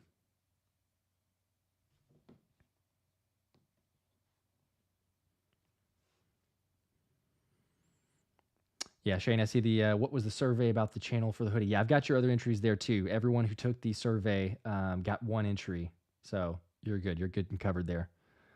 All right, so let's see. Stafford now under center. He's got Puka Nacua in motion to the right side, takes the snap, little pressure, and his little screen pass dump off, complete up to the 25 and 30-yard line before brought down by Kentavious Street, but a gain of about 7, Tyler Higbee.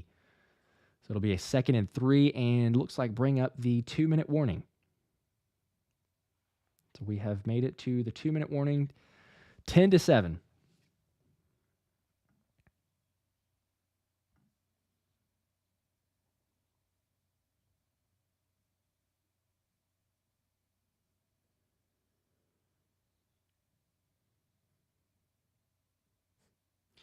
So you got some comments here of what we're going to see from the defense.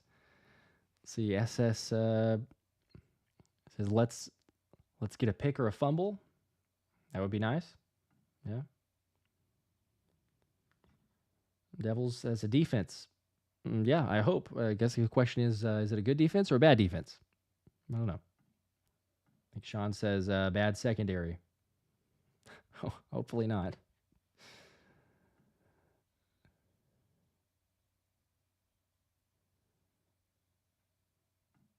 Ray Gerard hoping a Roby INT. Yes, please. I would love to see that.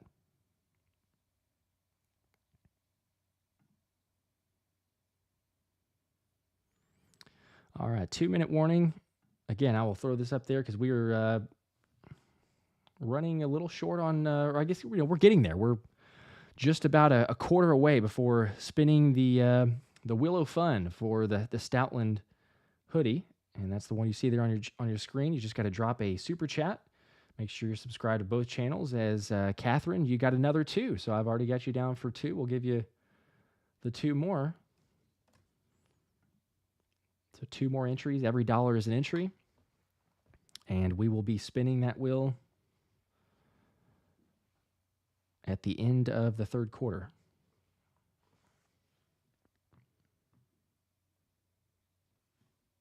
Appreciate all the support as always.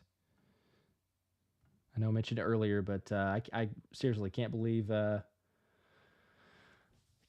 getting above 20,000 subscribers. I mean, you guys are the best. I don't know. There are no words to describe it really. I don't know. Starting it about 7 months ago, starting the channel.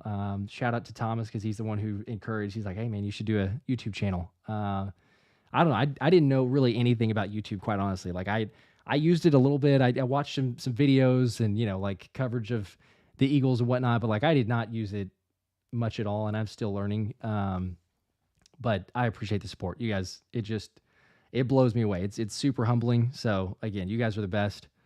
But it has been a super fun ride so far.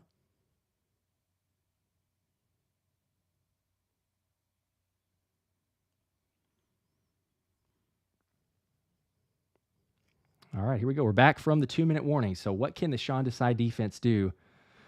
Stafford takes the snap, left side for Nacua. It's caught at the 30, pushes up to about the 40-yard line, just short 39, and they bring up a 1st and 10. Oh, I appreciate that. Gus the dog. Why does it say first quarter? That is my bad. I'm trying to manage this here, and if you can't tell, this is the first time I've actually under the controls or manning the controls. So there you go. It's updated now. Stafford in the gun, takes the snap, look at left side. Deep shot for Kupp. He's got him. It's caught on Slay and all the way up into the 25-yard line. That is a huge gain there. Out of bounds and just got behind the secondary. That looks like, we'll see the replay, looked like it was deep out from Kupp. And he just beat Slay. Man-to-man there. Good pass from Stafford. Had a little time, but Cooper Kupp just continues to dominate so far. Gosh.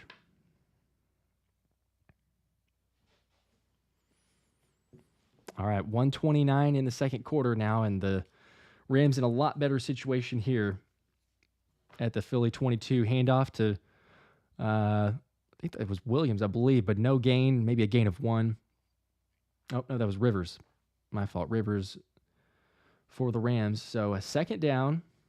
And the time's going to keep ticking here. So it'll be interesting because the Rams have 3 timeouts, so they're obviously not in a hurry. I mean, they've got the ball at the 20, 21-yard line. The Eagles still have 3 timeouts too, so I would expect, if you get a stop, you're probably calling timeout on this next play just to hope to potentially get the ball back.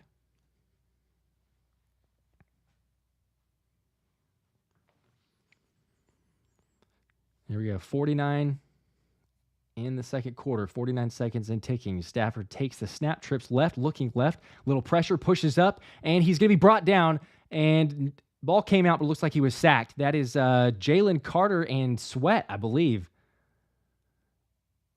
I think they would give that to, it was interesting because Stafford kind of got tripped up. He was trying to fight through that. Who are they going to give? I think that would be a Jalen Carter. I'm just curious, not that I have any money or anything on this, but who's going to get that sack there?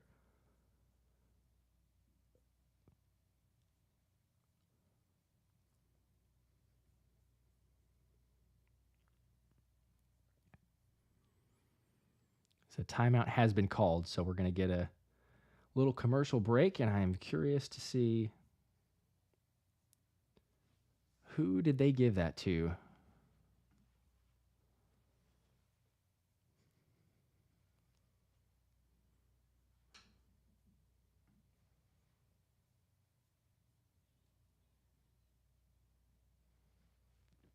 There you go. Hey, Jalen Carter. I thought that's who it was, but Baby Rhino looks like that's who's going to be credited officially with the stat. I'd love to see that for a number of reasons. Baby Rhino making his presence felt, and then Sweat was there to make sure that Stafford was down. But okay, this is going to be a big play here coming out of the timeout. Obviously, needless to say. But you got to, what is that now? It's a 3rd and 10, 3rd and 9.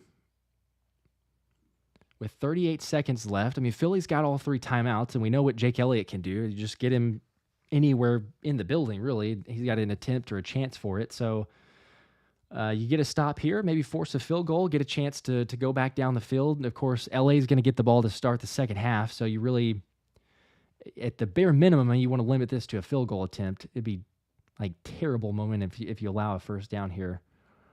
But it's not going to surprise me if they're going to go to Cooper Kupp. So you got to see that, right? You going into this, you got to plan on Cooper Kupp, the Rams trying to get something going here with him.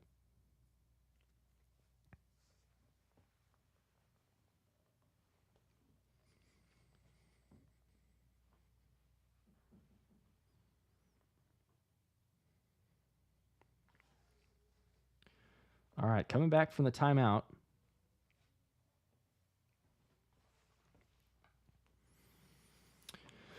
And they're still in the huddle at this point.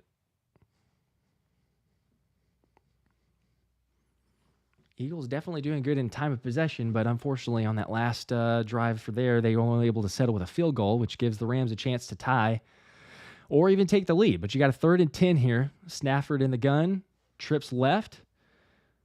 Kupp is in the slot. Nacua near side.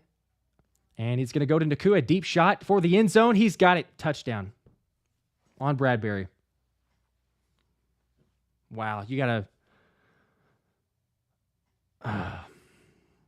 rookie and Nacua is good. I know that, but James Bradbury in coverage there just gets beat. I mean, that's a good throw. That's put it right there in his pocket, but Stafford just took a quick snap, looked to the left, and threw a great ball to Bradbury. I mean, he was kind of beat on the release almost immediately, but God, you got to be kidding me. That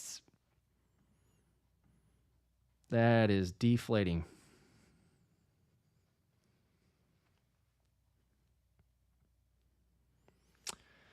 And the extra point up and good. Well, the rookie continues. Nacua has been pretty incredible. I mean, it's a good release. Excellent throw. I got to give credit to Stafford there, but man, James Bradbury getting beat on that play.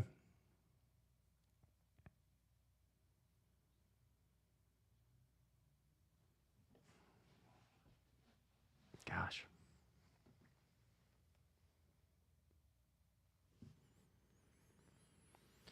Well, you got to answer. I mean, you're going to have a little bit of time here, not a whole lot, but maybe you get in field goal range. There's 32 seconds left. Anything from, I mean, even a 60-yard, obviously, you give Jake Elliott a chance, but man, 32 seconds. If you go down and get it to a 13-14 game, but the Rams are getting the ball back too. I mean, that's why it makes it such a terrible, just huge momentum swing for the Rams there. Oh man, yeah, you saw the trips left on that play, and then they knew from the very beginning, from the get-go. Stafford knew exactly what he was doing. Take a shot, might as well, because you're going to get a field goal out of it at the worst.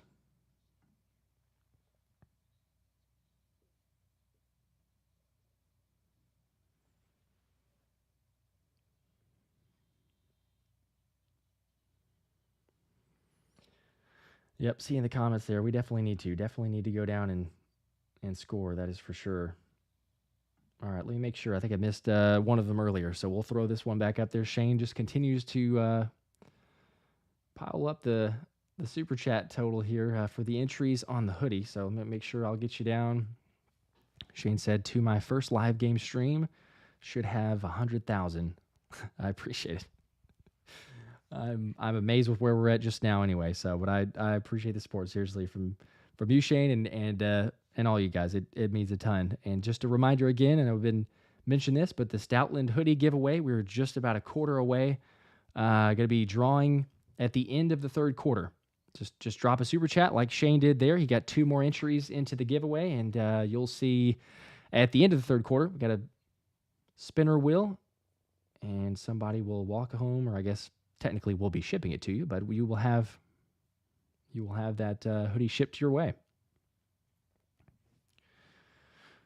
Okay. What are we going to see here from Jalen and the offense? You got 32 seconds, depending on this kickoff here, as it is out of the end zone. So, yeah, 32 seconds at the 25. You know, you got plenty of time, really, because you've got all 3 timeouts, or maybe 2. I think 2 from the last. No, you should have all 3 because LA called that timeout. It's enough time to get a few plays downfield and get a field goal attempt.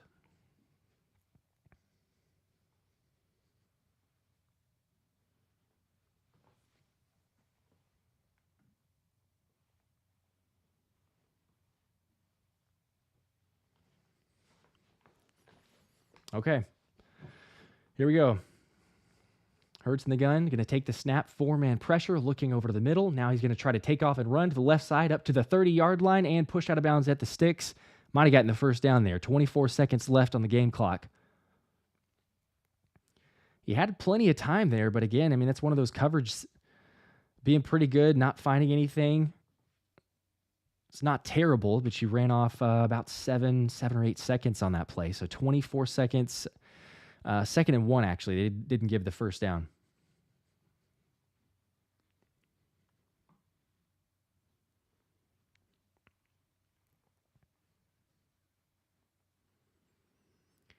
As there is a timeout, perhaps. Yep. LA is going to call timeout. Didn't like the look. So they're down to 1 remaining. So the ball is about at the 35. You figure 25-ish yards, and you're in field goal range for Elliott. Maybe not even need that much, but certainly in 25 yards, you're in field goal range. It's certainly doable. I mean, you got 2 timeouts. Just got to get something potentially even over the middle of the field. I feel like the Rams are probably going to just play this straight up because you see that they have timeouts. But a couple completions, use a couple timeouts, see if you can at least get 3 points out of it.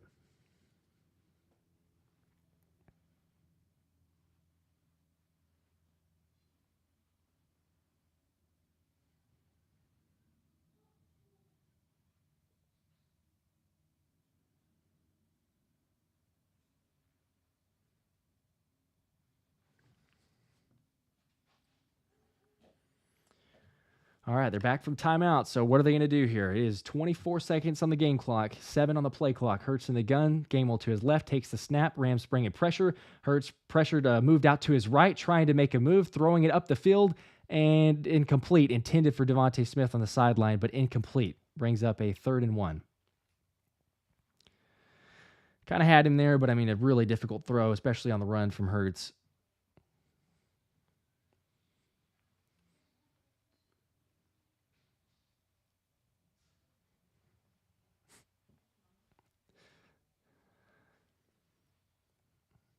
Okay, 3rd and 1. Come on, guys, get something here. Just get it relatively up there in field. Hurts in the gun. Gainwell to his left, takes the snap. Little delayed blitz coming over the middle. It's caught, complete to A.J. Brown. Plenty of room all the way up to the 35 of the Rams. Still running to the 30 and finally brought down to the 28. 7 seconds remain. They'll call timeout. There's a flag. There's a flag that came out that could be... is a horse collar?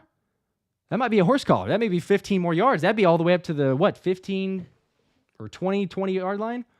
That was huge. 7 seconds left. I mean, you have more time. You could run one more play. What a catch. AJ with a one-hander, too, over the middle. Jalen bought some time. One-handed catch over the middle on Kendrick. And then, horse collar. They're calling it.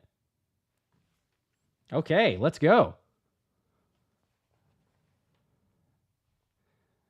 That's what you get, Jared Taylor. I saw that comment. That's all we needed, really. Just had a go Rams. That's what happens. So we'll take it there. 4 catches for 64 yards for A.J. Brown. 7 seconds remaining. Philly has, I guess it doesn't matter. They've got 3 timeouts technically because of the penalty, so the clock stopped. But all right, come on. Here we go.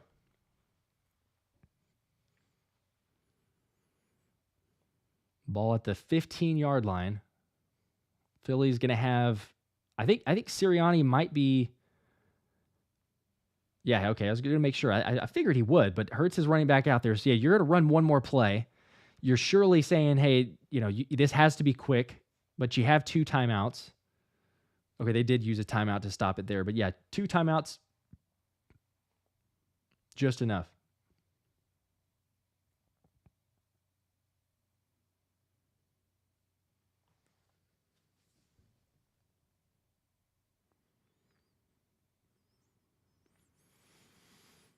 Okay. Come on. Hurts in the gun. You got Gainwell to his right. AJ is near side. Looks like he might be getting single coverage. Hard to tell. He could possibly have the bracket, but Hurts is going to take the snap, 4-man pressure. Looking left side for the end zone for Brown. And there's a flag. There's a flag in the end zone. 2 seconds remain, so they're going to get the ball.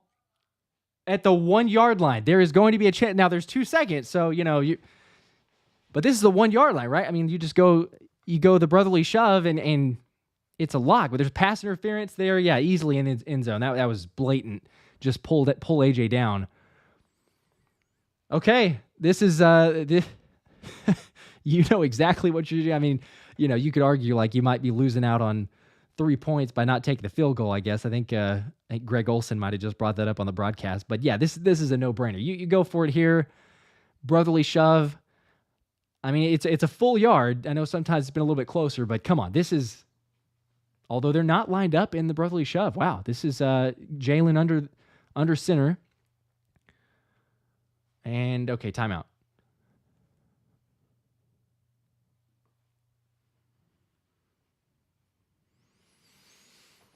Whew, man, I'm way too amped up for a first half of a game. I know there's plenty of time. I saw the comments saying, don't you guys realize there's a second half? But this feels like really crucial. I don't know why you're... Yeah, I know with Sean, I'm not going to flash it up there for the language, I suppose. But yeah, let's go brotherly shove. I mean, come on. I don't know why you wouldn't do anything. But AJ on this drive, the one-handed catch and then forcing the pass interference. Come on. 2 seconds remaining. This is the final play.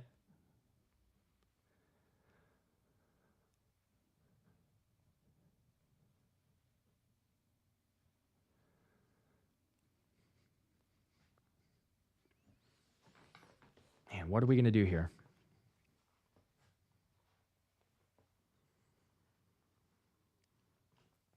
Here we go. Okay, it is the brotherly shove. Now we are lined up right. Jalen takes the snap, and he is plowed forward. Touchdown. Touchdown. That is unstoppable. There you go. Touchdown, Eagles. Let's play it. Here we go. Come on. Let's go. That's huge. I mean, come on. I would have been happy with, like, the 3 points, really. But you kidding me? 32 seconds. You march all the way down the field. A couple big plays. Gosh.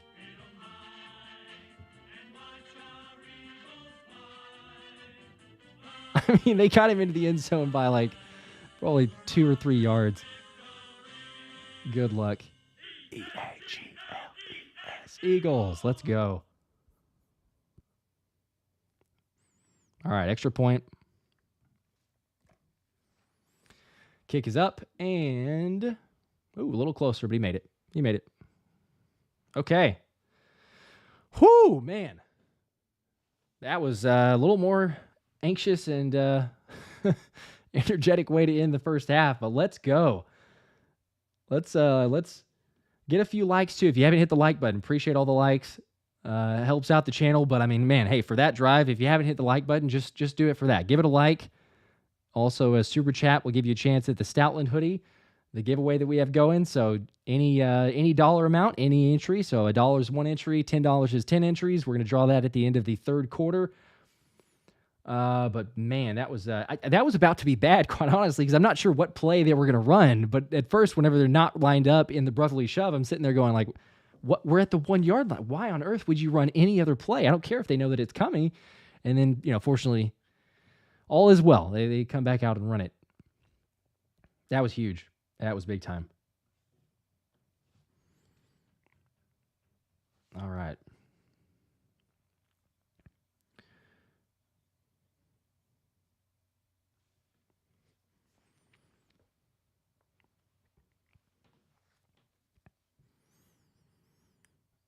Okay, let's see here.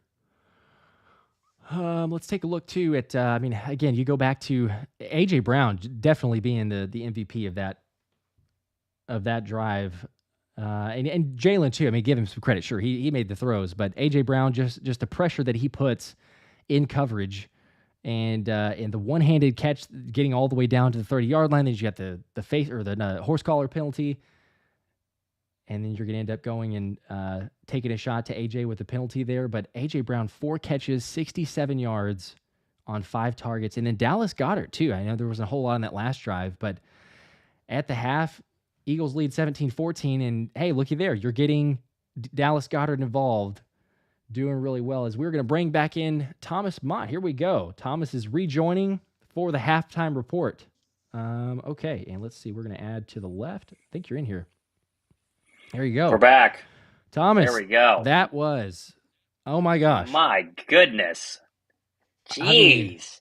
Boy, big though, by the way, because we're all going to talk about that drive and the catch by A.J. Brown, the brotherly shove, but this defense is getting shredded, and it's going to continue to get shredded unless they have an halftime adjustment. The fact that they were able to score there, not just 3, but get 6, was huge for Philadelphia. And I can't wait to see people cry about the tush push. I mean, on Twitter, because that's what they're going to do. Cry more. Just keep crying. Keep crying. Because guess what? You're not banning it this year. You're going to ban it next year, but we're going to get to use it a ton this year. So cry a little bit more for me, please. Might as well. Wow. Yep.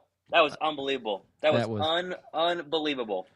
Jeez. That was crazy. I know. Whenever I was sitting there, I was like, why are you not lining up as the brotherly shove, the QB sneak? You know, like at first it was like, okay, Jalen's in some sort of unorthodox under center, but I don't think he's going to just go by himself. But then, whenever they came back, I'm like, okay, yes, you're going to run the play. It works 93% of the time or whatever it is. But yeah, there's so many takeaways from the first half. I think probably most importantly, we'll start with, even though the positive, you're winning. It's 17-14. It shouldn't be. But I think we got to go with, to your point, what you shared is you're getting shredded, and you're going to continue to get shredded if the defense does not make adjustments, if Desai does not figure out something different. And it's mostly, as you would expect, a Cooper Kupp, a little bit of a Puka Nacua. But, I mean, Kupp, 6 catches, 95 yards in the first half. And it was, what, at least 4 of those catches, if not 5, were the exact same play. I mean, it's just like, hey, we know how you're going to guard me in the slot, and it's wide open. Like, surely Desai's going to change something, you'd think. At some point, we have to collectively finally come to the realization as Eagle fans that Darius Slay and J.H. Bradbury aren't that great. They're very good. They're very solid cornerbacks. They're not elite. They are not elite one-on-one shutdown blanket corners like you see around the league, being a Sauce Gardner or the guy from Denver whose name's blanking me, Surtain, right? Like they aren't that great. And early on, it was Puka Nacua against linebackers, Cooper Kupp against linebackers, Cooper Kupp against Eli Ricks, for heaven's sakes. But they eventually went ahead and went Darius Slay to blanket him and shadow him, and Slay got beat on that deep route, and it was Bradbury who got beat by Nacua on that touchdown. The best defensive player on the Eagles in the secondary is Reed Blankenship. He's the best one. Justin Evans is fine. He doesn't do anything in terms of game-changing, in terms of slowing things down. But this secondary is not fantastic. It's still good, and it will be fine against bad teams. They'll look great against the Giants, right? They're going to be fine against the New York Giants. But against good teams, this team is going to struggle. Against the Dolphins, against the Dallas Cowboys, against the 49ers are probably going to be good. And in terms, whenever you realize that, you have to make some changes defensively. And I think Desai has got to change some things up. He's got to stop playing this kind of soft coverage where he's scared of getting beat. He's got to challenge these receivers. He's got to make sure he has the proper people guarding the number one opposing receiver and figure something out. Because defensively, this team is not that great. Offensively, it's as good, if not better, than 2022. Truly. I mean, it's really, really, really good. You saw that in this entire game. But defensively, they have some serious struggles. Also, I saw this on Twitter, and I think most people would agree. I'm done with the Quez Watkins experiment. Like, the Quez Watkins experiment is done.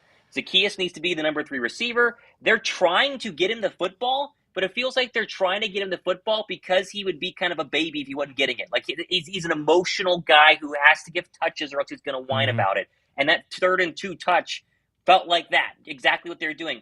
You can't tell me he couldn't have gotten a first down there. And Nick Sirianni was furious on the sideline. The Watkins experiment needs to be over. They need to trade him at the trade deadline. They need to run Olamide Zacchaeus as the number 3 receiver and be done with it. But overall, let's be real. This game has gone exactly as we thought it would. 100%, right? The defense would struggle. The offenses would be good. Had they called Aaron Donald's name once with Sua Opeta in there? No. I mean, they've been great with pass protection. Everything's fine if they can just get a couple of stops. It's going to come down to which team makes a turnover first and which team can put together multiple stops on defense in the third quarter here, and that's going to be the game-deciding factor. Yeah, I agree. It's there's so many with that of the deciding factor of being Sean Desai. Can he make the adjustments? Hopefully he will. But yeah, it's like the same story all over again of here we go. We expect it coming into the game. I'm amazed that we didn't see any adjustments or, even more of preparation. I mean, I get that Cooper Kupp is phenomenal. Give all the credit to Sean McVay. I know he's an incredible offensive mind. They're going to game plan for it. But I mean, anything that we've seen so far has not been just amazing of like, oh, wow, that's a unique look. I wouldn't have expected Cooper Kupp to line up in the slot and try to take advantage. It's some things that we definitely would have to or need to clean up. Question will be, can we going into the second half? I hope so. But you also bring up a good point. I mean, the offense, you got to give them a whole lot of credit. And I was talking about it right before you joined here. But Dallas Goedert, I mean, 5 catches, 52 yards, and a touchdown on 6 targets. This is by far the more active game that we've seen out of Dallas Goedert. And it's changed the dynamic. I mean, let's give it some credit there, too. You're getting that middle of the field throw and making the defense, keeping them honest, saying, hey, the middle of the field is going to be targeted at times. And so you get Dallas Goedert involved. All of a sudden, hey, looky there, you have a couple shots. You got some A.J. Brown openings. DeVonta Smith, hasn't had anything really 2 targets so far, but I think he could possibly get going. But still, it's like we talked about in the pregame. It's A.J. Brown, it's DeVonta Smith. One of them is usually going to have a great game, and now you get Dallas Goedert going. That's a little new wrinkle, especially in the red zone, that you have to account for as a defense. So I think it keeps them honest. But overall, it's not super surprising. I mentioned the over in this game felt pretty solid, and so far it looks like that. Now, if you get some defensive stops, maybe it's different. But kudos to the offense. Kudos to Jalen for staying in there. He's made some plays. He's made some guys miss. That's been maybe a little uncharacteristic of this season. It wouldn't be surprising from last season, but we just haven't seen him be as aggressive with running the football. But he's still done it strategically, not taking some big hits. And then also, you see it with the play calling as well. I mean, I don't know if this is just all Brian Johnson. I don't know if Sirianni, this is a first full game with the training wheels off, so to speak, or if it's always been this. Maybe it's just comfort level. But it seems like there's a little bit of a difference from what we've seen from the offense. It looks a little bit more smooth. Of course, you've got the running game. It would be nice to get going. Jalen's great. He's got 8 carries for 50 yards, but DeAndre Swift, 5 carries, 7 yards. Kenny G, 2 carries for 3 yards. You want to see a little bit more of that, but overall, I mean, offense for me has been more than acceptable, for sure. You just got to have that side on the defense, which, again, that's what it's going to come down to, really. I mean, can you just limit? I don't think you're going to stop, but can you limit Matt Stafford and can you limit Cooper Kupp and Puka Nacua? That I don't know. That's going to be hard. Brian Johnson's great. I mean, the concerns that were there early clearly were rust. He's figured it out. Play calling has been fantastic this game. The offense looks like 2022 offense. I mean, come on, it's fine. Where's Haason Reddick? Seriously though, like we need to put an APB out for Haason Reddick. It's official. This isn't the thumbs bothering him. The cast is a problem like it was the first couple of games. He doesn't exist. Haason Reddick doesn't exist right now, and I love Haason Reddick. I mean, I saw Brian says, where the heck is Jalen Carter? Carter's the only one getting pressure right now. He had the sack earlier in the game. Haason Reddick is supposed to be a top 3 pass rusher in the league. He was number 2 in sacks last year. He has 0 this year, or he has 1, whatever the number is. He's non-existent. He doesn't get pressure. It's insane to me that there's been that big of a dip. And honestly, at the rate we're going with Haason Reddick right now, they're not going to give him an extension in the offseason. Now, hopefully it changes. But when you have the kind of pressure that Carter produces in the middle, and when Cox has been in there, Cox has been great. Sweat does what Sweat does. But the fact that they had not gotten pressure when Reddick has one-on-one time after time after time blows my mind. It's really upsetting. And guess what? It would help out with the secondary to get a little more pressure on Matt Stafford. He's been pretty clean so far with an offensive line that we've told you all week. It's not that great. So, okay, it's fine. That touchdown at the end of the half is going to go, a long, long way towards hopefully winning this game. You got to find a way to win this game. You can't blow this. This would be a big loss if you blow it. But this defense, especially the secondary, is a struggle. And it does make you wonder how much longer Howie Roseman's going to sit in his little box watching the Eagles secondary get shredded before he makes a trade. And again, earlier today, Adam Schefter made a report that Denver is wide open for business. You about a Justin Simmons sitting back there as a safety. Patrick Surtain, although I doubt that they would trade him. I would be shocked if there aren't phone calls being made, because if you're Howie, you have to think about the fact that A, you have money next year, you have double-digit draft picks, and you have a Super Bowl caliber roster, right? And anytime you have a Super Bowl caliber roster, you have to make sure that you don't lose the Super Bowl or not making the Super Bowl because you're missing one player. And I don't know if Justin Evans or another corner saves it, but right now, the secondary is a serious issue, and Sidney Brown doesn't fix it, right? I love him, but Brown being healthy right now, we're still getting shredded. It's 100%. Yeah.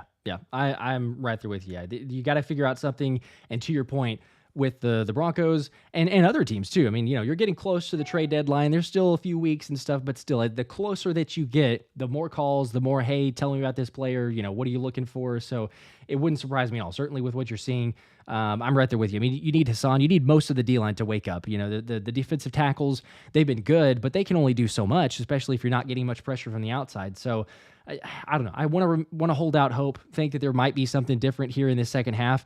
But I don't know. We'll have to see there. Real quick, just want to mention again, I know we've got the Stoutland hoodie giveaway. For anybody interested, we're going to be giving that away at the end of the third quarter. All you got to do is drop a super chat. Make sure you're subscribed to both channels. And $1 is 1 entry, $10 is 10 entries, however much amount you want to give there. And then we will spin that wheel at the end of the third quarter. I am going to run real quick if that's okay, because that last drive shot up the adrenaline. So I'm going to use the restroom real quick, and I will be back in 1 second.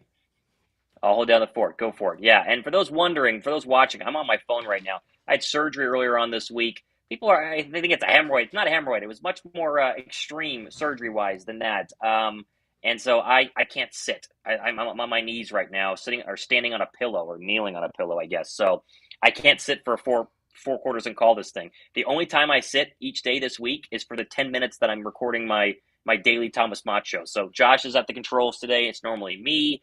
And credit to him for doing it by himself and hanging in there. I'm going to be here, obviously, now. I'll try and check in maybe at the end of quarters or obviously at the end of the game for sure. But that's why I'm on a phone. And you see I'm in the studio, but I'm on my knees because I physically cannot sit. And I got to lay on the couch. So that's what I've been doing during this game. But Philadelphia's done everything right. They have won the time of possession. They are moving the football. They obviously scored during the very last possession, and they're about to kick this one away. Obviously, very important to score because we're going to not have the ball start the second half.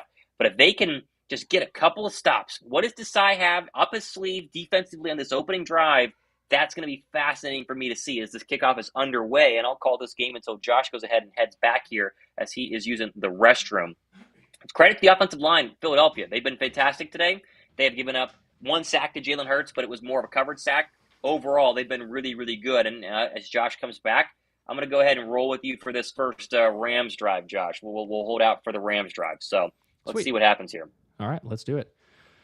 Those wondering, no, I did not get tush implants either. That was not what my surgery was for people commenting. I saw that in the comments. That's not what that is. Oh, my gosh. All right, here we go. Okay. First drive for the Rams at the 25. Stafford takes the snap under center. Will play action. Now dump off to Kyren Williams. Makes a man miss, but brought down at the line of scrimmage by Nicholas Morrow. No gain. There's a flag. How about Haason Reddick got a little pressure on that drive? He heard me yelling. He did. All right. What's the flag for here? That's surely a hold. Yeah. An eligible man downfield. There you go. Yeah, that's Reddick getting pressure and making that flip throw be a little bit shorter. Can we just, again, every single broadcast, we need to mention Nicholas Morrow because the guy was cut. He's phenomenal. And he's the best linebacker on this team right now. He was cut.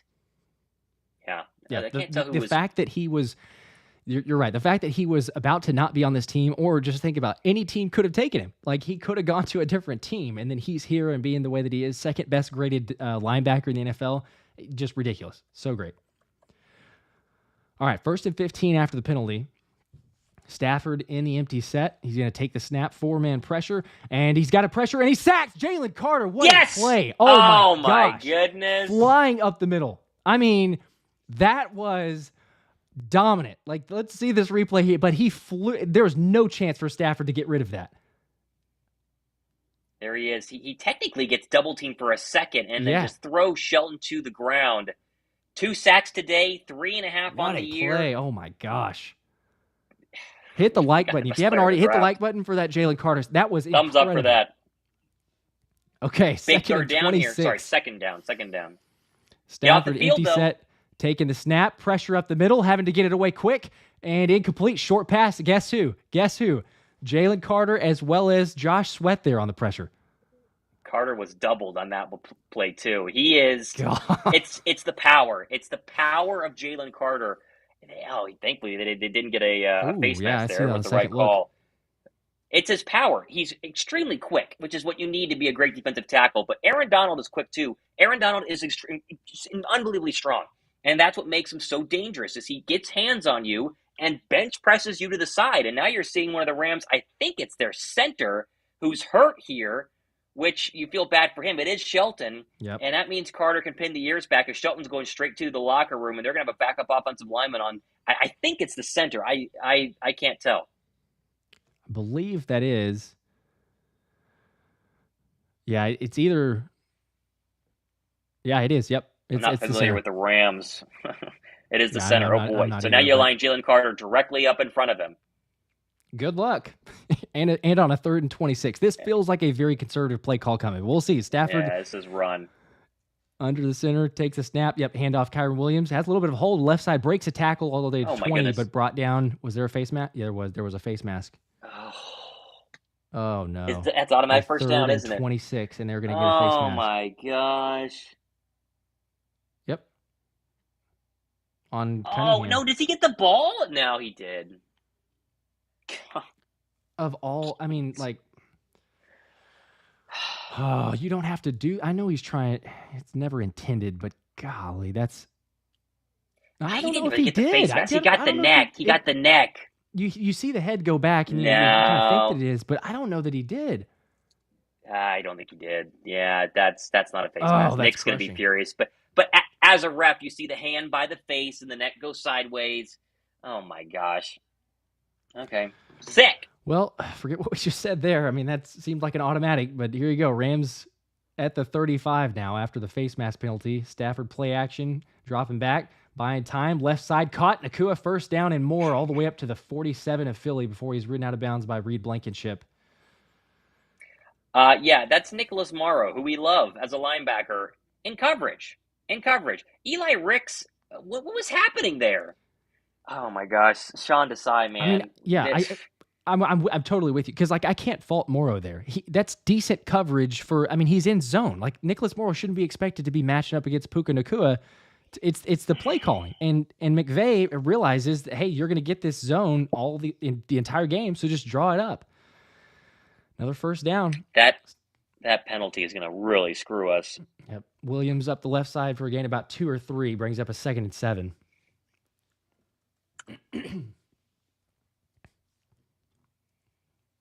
That is frustrating. Yeah, we mentioned it. Who's going to get a stop? In Philadelphia, about to get a stop? Well, penalty, no more stop. Gosh. Seemed like it would have been automatic too. I mean, how big that would have been. But now you got the Rams driving. 2nd and 7, 12-15 in the third quarter. And 10 on the play clock. 9, 8, 7, 6 for those trying to get synced up there. Atwell in motion to left. Stafford in the gun takes the snap. Delayed pressure. Screen pass to Kyren Williams and eaten alive by Jordan Davis. Guess who? Loss of about Nicholas 3 Morrow. or 4. All right, they're out of field goal range. 3rd down and about 10. Here's another chance. You want back-to-back chances. They brought Eli Ricks. Or no, sorry, that was Bradley Roby on a delayed blitz there, which didn't work at all. Roby's been a non-factor so far this game, which isn't a big surprise. I mean, the guy's a free agent a couple days ago. So still, here's 3rd and 10. Let's see what you do coverage-wise here. Go find Kupp and Nacua. They're both in the slot on the far side. All right, here you go. It's a 3rd and 10. Yep, at the 49-yard line. And Kyren Williams goes up under center, or to the left of it. Almost looked like under center. Eagles bringing pressure up to the left side. Incomplete, intended for Kupp, and it is a force and a punt. It looked like a very strange. At first, I thought Williams was under center there, but we will take that. Okay, there you go. You force the target. You force the punt. Yeah, I've never seen that. What is he? He didn't chip anybody either. He's supposed to be in coverage. Sweat got away with that little hit to the head there. Which is, let me just say this. That was Bradley Roby one-on-one with Cooper Kupp on that coverage. There's a flag, too. But looks like it's going to be on, it's grounding. He was inside the pocket. Yeah, it's grounding. He was inside the pocket. I mean, he had someone. He's trying to make the case that, I don't think he was that close. Yeah. I mean, I would have been upset if that was Jalen's call, but I'll take it. Sean Desai got to stop. Go, Sean Desai. Yeah. There we go. We'll take it. Thumbs up for that. Goodness gracious. Gosh. Okay, so Britton Covey back there to return. Evans gets the snap, gets the punt away. And this is going to be hit the ground at about the 2-yard line out of bounds. What a punt. Oh, my gosh. That's going to be Eagles ball at the 5-yard line. Yeah. That's a great punt. Good punt. All right, commercial break. I will go back and rest. I will be back here for the giveaway. I'll check back in for the giveaway, and we'll hang out for that. Get in on this. I saw we had one more. Shane dropped a super chat for my tush, so Yes, I I was going to appreciate say that, we Shane. had 2 that came in. So real quick, I'll throw those Very up there. nice of you. We've got the Go Birds and Feel Better Thomas by Guy Jordan. So appreciate that, Jordan. Yes, Thomas could use it certainly. And then we got the other one from Shane. The 2 Thomas's tush. All There right. we go. Just what I need. Just what I need. Thank you. I feel better already. That's got to be the first $2 you've had for that. I think it is. I think it is. Hopefully he wins a hoodie because of it. We'll see. There you go. Yes. All right. All right. I'll be back. Cool. See you guys. All righty. We'll see you. All right. Shane got you down for that one. And okay.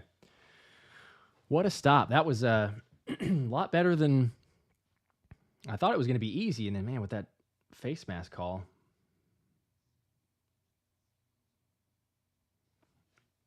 Going back to that, they actually said intent doesn't matter in intentional grounding.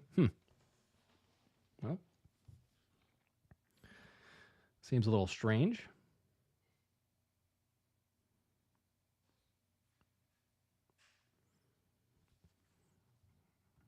All right, got another super chat here from Dan. Let's see. This one is for the entries. LMAO, the Birds need to change something on the coverage for Kupp and Nacua. I agree. Yeah, that's a given. I mean, you got away with it there on that possession, but so far, I'm pretty sure, everybody would agree that what we've seen and what we continue to see is that Sean Desai drawing that up is not exactly what we want on that side. But maybe, Bradley Roby, hey, if he's going to stay out there, possibly that worked. Possibly it's better. You see a little more productivity from the slot corner. I think he's got to be your answer. If there's going to be one, it's got to be the guy that you just signed. I know that you could possibly add somebody else, but for this game, for sure. Oh, all right. Let's see another super chat real quick. Let's see. Josh H. Thomas, this is just for you manning up and streaming after surgery. Yeah, that's not a lot of people could do that. I don't know of a lot of people that would be doing that after surgery, but Thomas did, and we appreciate him for it. So, all right, let's get back to the game, though, as we've got Jalen in the empty set, ball at the 5-yard line. 11:09 in the third quarter, 10 seconds on the play clock. Jalen sees something, trying to adjust at the line. Now he's going to take the snap. 3-man pressure, trying to roll to his left side, still in the end zone. Now throws deep shot, incomplete. Just kind of throw that one away. That's always a little dangerous. I hate it every time that the offense has the ball and you're in your own end zone. I feel like a flag's coming. I'm just like, man, get rid of it quick. Do something.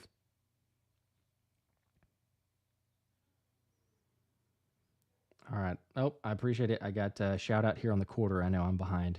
Gosh, you guys keep me honest. We are at quarter 3 for those wondering. Okay, there you go. 7 on the play clock now. Hurts in the gun again. Swift to his left.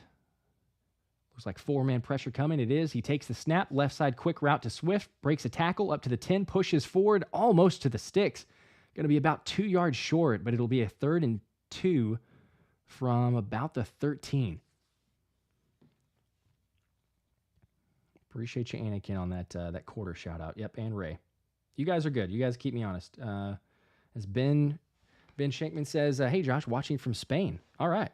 What time is it in Spain? Is that like 6 hours? All right, here we go. Bring up a big 3rd and 2 from the 13. 3 seconds on the play clock. 2, 1. Hurts may not get it off. Takes the snap, and the whistle's blown. Timeout. That's Sirianni is livid, as you would expect.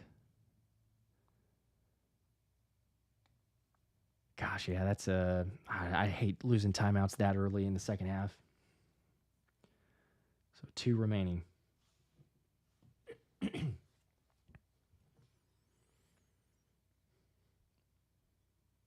right, let's get another super chat in real quick during the timeout. So Zach Just Games. Let's see, I got you down here for a 5. And let's see, Zach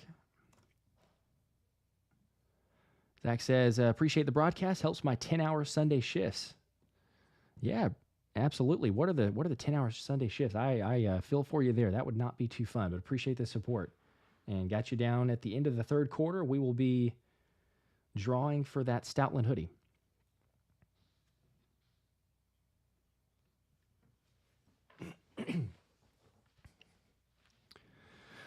Okay, here we go. 3rd and 2. Ball at the 13. Hurts in the gun, Swift to his left, 8 on the play clock. Going to take the snap, looking to his right side. Now doesn't like it, looks back left, has a man. It's Swift for a first down and out of bounds at the 19-yard line. Great progression from Hurts there in the pocket. Didn't like the first look, had plenty of protection, and then found Swift on the left sideline for a first. They're showing the matchup between Aaron Donald and Lane Johnson on that play, along with Sue Opeta. Pretty good matchup between some all-pros. All right, 1st and 10. Ball at the 20. Hurts takes the snap. Plenty of time. Over the middle. Deep shot. Has Goddard. Complete. All the way up to the 40. Still up to the 35 before brought down at the 31-yard line. A huge gain. Jalen Hurts to Dallas Goedert. And there you go. That's got to be... That has got to be... What is that now? I mean, that's a 40-yard, 50-yard gain there. You're probably up over 100 yards now with Dallas Goedert on that completion. Yeah, 6 catches, 101 yards now. We said it beforehand, before the game, Dallas Goedert game. That's exactly what this has been so far. Huge now, all the way up to the 31. First down, Eagles. Hurts takes the snap, handoff to Swift up the middle, not really going anywhere. Maybe a gain of a yard. 2nd and 9.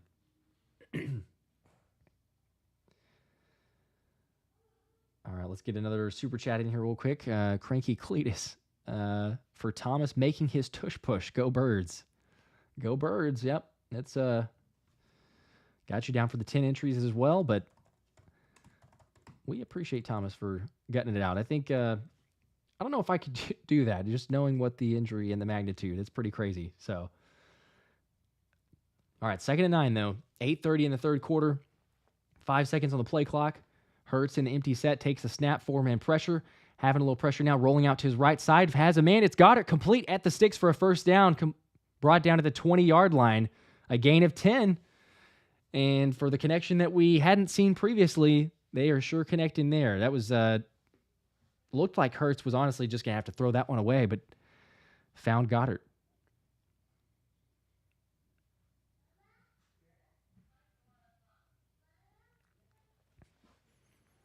...111 yards for Goddard.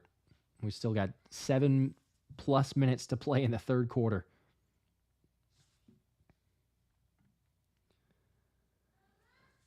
All right, Hurts in the gun, Swift to his left. He's going to take the snap. Rams blitzing up to the right side, taking a shot for Brown, and it's picked. Oh my gosh, it's picked. It was underthrown to AJ. Let's see. There's a little bit of a bobble, though, but did he? Yeah, he got it. Witherspoon with a pick. Gosh, that was significantly underthrown there by Hurts. I don't know if he was looking for a different route. I don't think he was. I think that was literally intended just to be a kind of a jump ball or one-on-one to AJ, but that was definitely the worst throw that we've seen from Hurts today. And that'll give the Rams back the ball. Gosh, you got to be kidding me. That would just the way that drive was working.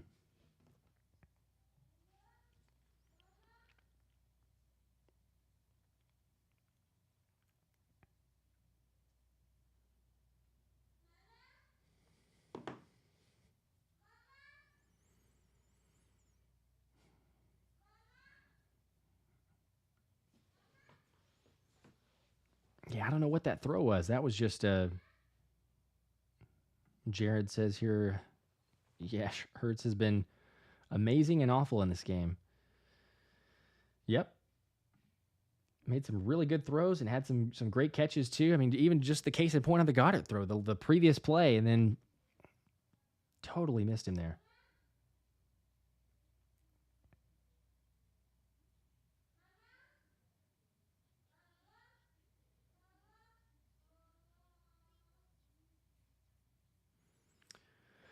Okay, well, time for the defense to answer the call. The worst part about that is it's a touchback, too. I mean, if he had picked it at the 1, then you're like, okay, well, you get a chance to take over against the Bucs like we did, maybe get a safety. But the fact that that's an immediate turnover and then to the 25 for such a good drive, that's a killer for momentum.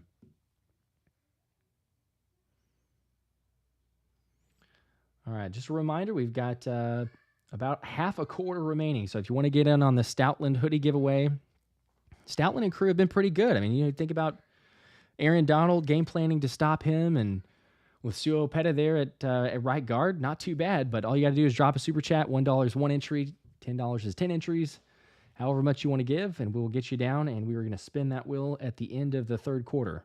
So get your last entries in if you were wanting a chance at that hoodie.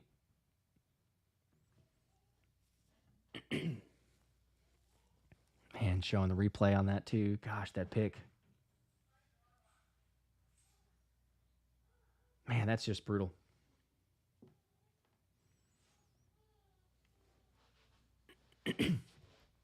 We just don't normally see that. I'm seeing, a pick in every game in the comments. Yeah, don't normally see that from Hurts, but he's had some turnover issues in some games. Stafford the ball now at the 20. Going to hand off to Williams up the right side. Makes a man miss. Finally brought down by Evans at the 27-yard line. Going to bring up a 2nd and 3.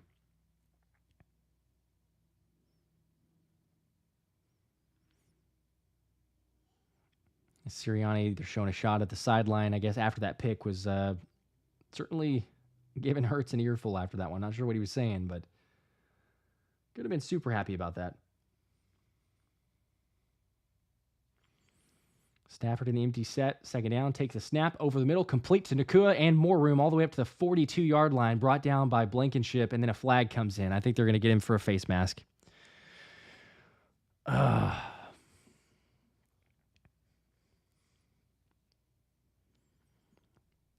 As Goodrich was in coverage on Nacua and got beat almost immediately, slipped there, and then Reed Blankenship has to go over there and make the tackle. I guess it's a horse collar, actually. Shouldn't say a... Oh, wait, nope. That is definitely... Maybe both. That was both.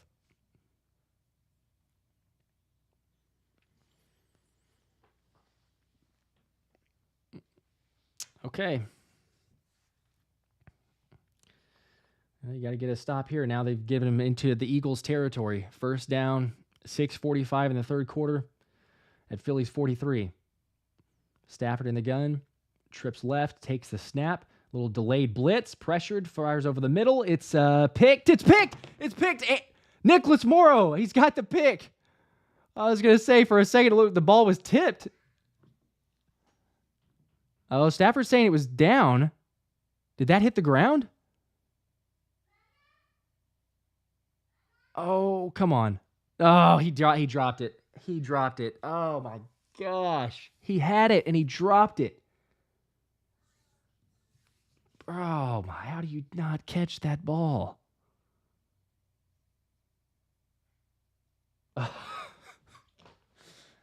Oh, man.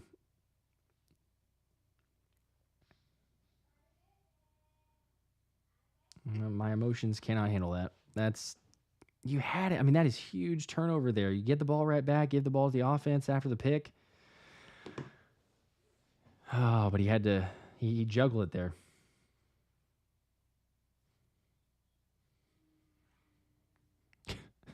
Vico says, I want to die. I mean, that's a little drastic, maybe. I don't feel great about that, though.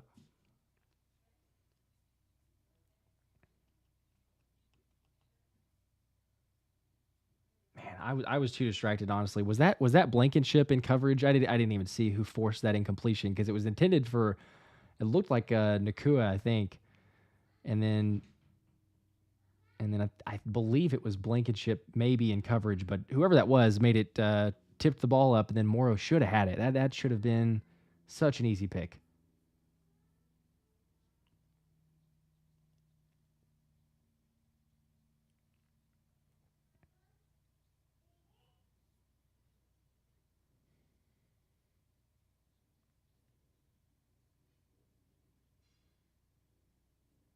Man. Well, it'll bring up a third down, so you're going to hopefully get a stop. It's a, third and... Or no, I guess that'd be a second down, I should say. I don't think there's a third down. Second down. That just feels so huge right there, too. I mean, the fact that he can't get that and... Okay, I appreciate it. Bradbury, they said it was in coverage.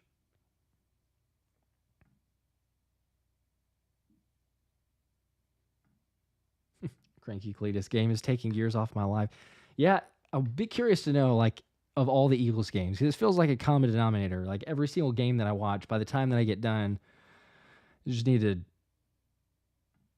take a break. Because, yeah, they're coming back from the broadcast now. Clearly, I mean, we knew easily that they're going to rule it as an incomplete pass. So fortunate for them. 2nd and 10.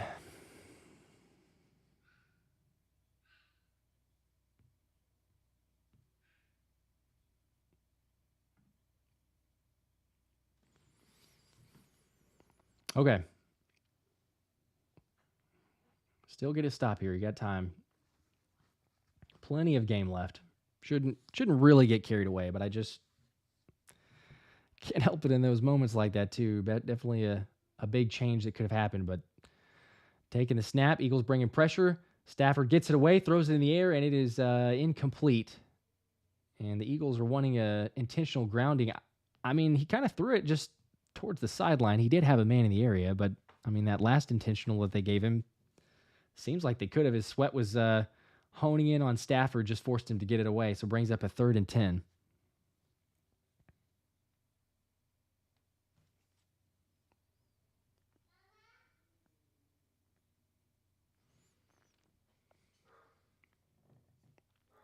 All right, 3rd and 10, empty set. Stafford back there. Looks like Eagles are bringing 4. Throws it, screen to Nacua, and he fumbles. And the Eagles, do they have... No, my gosh, the Rams recover it again. The Eagles had it. It was that Morrow again with a chance? Oh, you're going to force a punt. But I think that might have been Morrow. I'm going to have to see the replay, but there was a fumble which should have been easily recovered, it looked like, by the Eagles. And it was Morrow. Morrow trying to dive on it, and he rolls over it, and then the Rams are able to recover. That is 2 big plays that Morrow wishes he could have back. I wish he could. At least it's a punt, though. 4th and 19. They're not going to do anything else, so you're going to get the ball back, but Rams punted away. Britton Covey back there. He's going to fair catch it at the about 9-yard line. So you're going to have it at the 9 instead of you could have had it about the 45 of LA. That is a huge turnaround.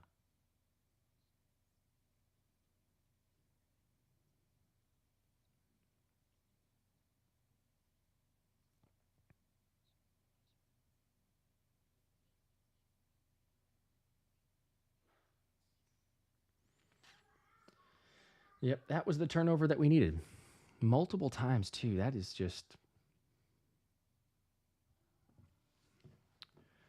But Joker smile, still a stop, not terrible. That's true. At least you got the ball back. All right, let me make sure I got all the super chats here. I think there's one. So Josh 8, still a great play. I think that was going back to the pass breakup from Bradbury where Morrow was not able to intercept it. So, yes, that was still a great play from Bradbury's side. I mean, you get a stop, you're getting the ball back, but, man, you wish you had that as an opportunity. A lot better field position, certainly with the fumble. All right, we got you down, Josh. And I'll throw this up here too, just as another reminder. Anybody wanting in on the Stoutland hoodie giveaway, we're winding down the time. We're just a couple more minutes. At the end of the third quarter, we're going to spin the wheel for the Stoutland hoodie. So every dollar is one entry. $1 is one entry, $10, 10 entries. Go ahead and drop a super chat. Make sure you're subscribed to both channels. And that is how you get entered in to win the hoodie. I appreciate you, Josh, for the super chat. Got you down.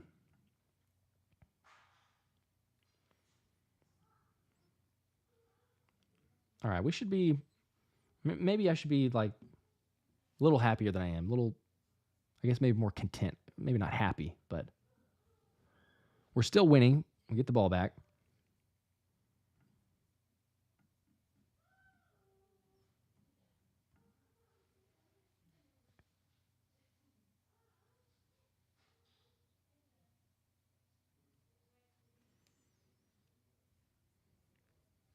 All right, what do we see here? What do you guys think on the offensive side? What are we going to come out with? You had the last possession was 7 plays for 75 yards before Hurts threw the poor underthrow.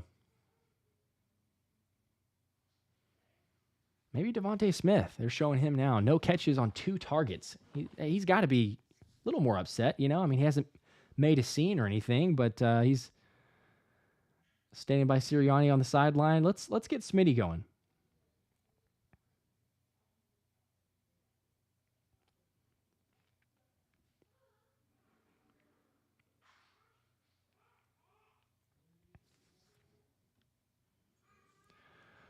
Okay, Eagles offense back out on the field. Ball at the 9-yard line, 5:38 in the third quarter.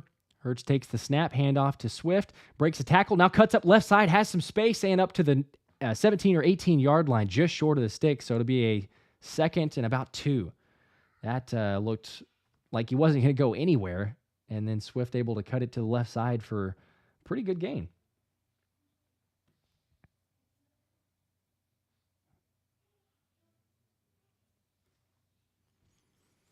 All right, as Hurts in the gun, take the snap, hand off to Swift, up the right side, a big hole, a gain of another 7 yards or so, just following the great offensive line there and able to pick up the first down. Keep this moving. Keep it moving.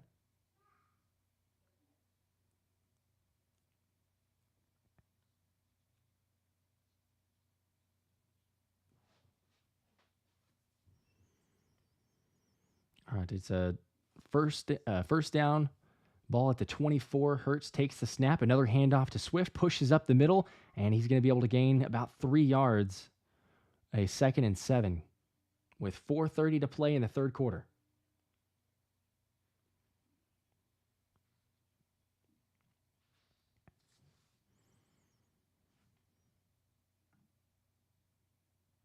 Shane with the super chat. I'll get to you here in a second. Second down, 4:13 in the third quarter, 15 on the play clock, 14, 13, 12. Hurts in the gun. Swift to his left takes a snap, 4-man pressure, looking to his left, has a man, it's caught, and DeVonta Smith, a gain of about 6 yards. It's going to be just short.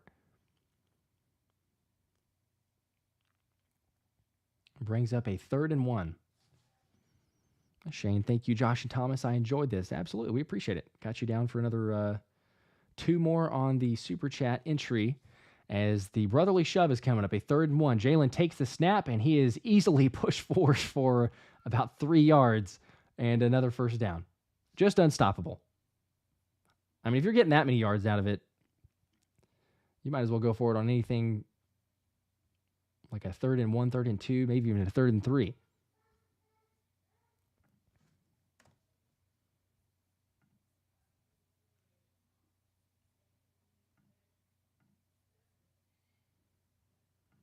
All right, another first down. 3 minutes left in the third quarter.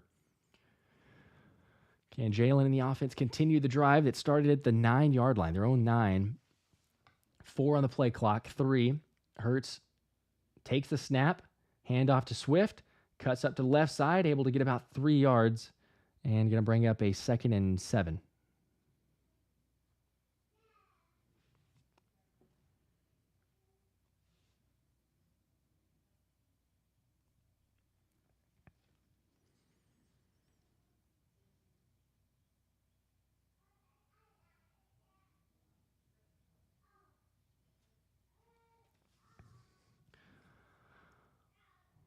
Eagles with 84 rushing yards today, and a lot of those coming from Jalen, but finally getting a little of the running attack going as Jalen takes a snap, empty set, pressured, rolling to his right, and he's going to throw it incomplete. Looked like he was trying to kind of throw it away, but Kenny Gainwell was there. So it's incomplete and a 3rd and 7.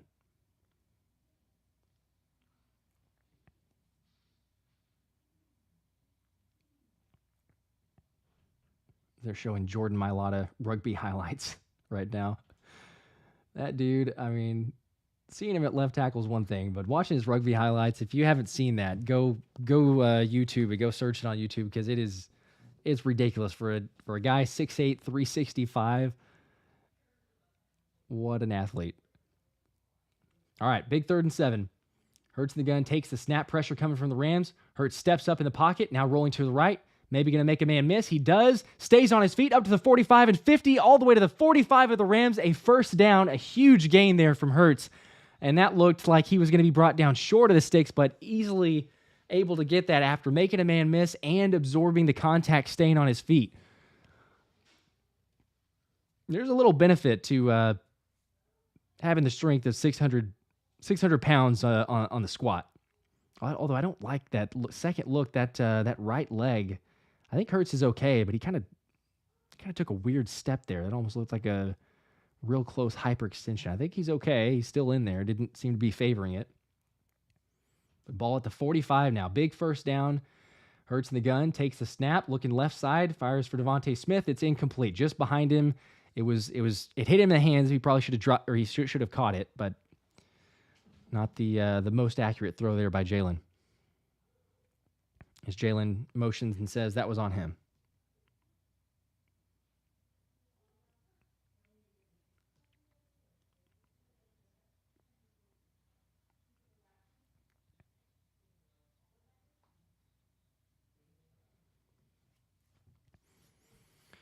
Second and 10 now. 9 on the play clock. Hurts in the gun. Swift to his right. Trips left.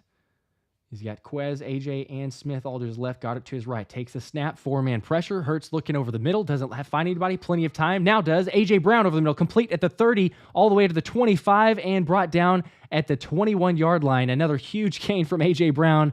Finding him over the middle. Great pass protection, too. I mean, you got to give kudos to the offensive line there. I don't know how many seconds that was for Jalen, but able to easily work through his progressions. Find AJ over the middle. And another big 1st down.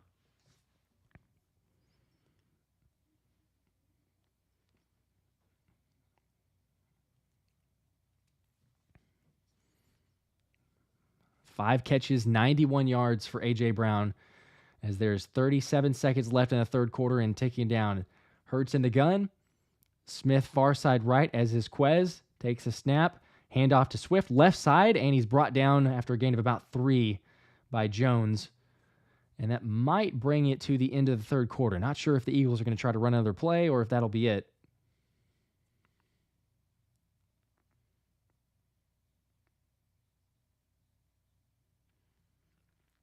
Well, Philly hurrying up to the line, though. They might run a play or maybe just trying to get some 5 yards from the Rams. Jalen in the gun. 2 seconds on the game clock. And he's going to fake. And no, it's no snap. Into the 3rd quarter. 17-14 Eagles. And we will be coming back with them in the red zone. Chance to score here. And that is a good time for me to change this this quarter logo here real quick. So we're in the 4th quarter. Reminder too, we're just about to do the spin for the spin for the Stoutland giveaway as Thomas is going to join us here real quick. But just make sure to drop a super chat if you want it. We've got a couple more coming in. All right, let's see here as we add Thomas. And check it in from the couch. There you go. That's looks a lot more comfortable. There we go. We're on the couch. And I was saving this for you because, I had to ask with the name. So we've got a super chat. I'm going to make sure and write this one down here. We've got a William Mott. In any chance there's a relation? That is my father, yes. That would be my father. I assume so. But yeah, I got that one there. Goodness. So go Birds for Thomas. I don't know what we're going to do. It's going to feel like rigged if we have to buy him a hoodie. It's going to be interesting. Yes. But we got you down nonetheless. It counts just the same. All right. We're going to spin this in a second. You guys want to see a view from my couch? Look at this. I got this dog just hanging out as we watch this thing. There you go. There we go. He's keeping me Doesn't company. get much better than that. So, boy, offense looks good, huh? Besides that stupid interception, this offense looks fantastic. It definitely does. Yeah, that's what I was saying too. Is like, man, on the interception, just like talk about a buzzkill with that possession in the drive, but the fact that you can't convert on it. I mean, at least you're in a good position now. You're in position, hopefully score, go up by 2 possessions. But man, what could have been for sure on that last one. And then Nicholas Morrow add insult to injury. I was like, and then he doesn't come away with the pick, and then also the fumble recovery. That's crazy. They're playing better though, and it's because they're getting pressure. You notice nothing's changed coverage wise. Mario Goodrich trying to cover Cooper Kupp there in the slot is just it's killing me. I mean, geez, he's just outmatched, right? But they're getting more pressure. They're dialing up a couple more blitzes. That's a change, and we'll definitely take it. So it's something. Yes. Yep. We certainly will. All right, we're gonna spin this. You want to spin after this possession?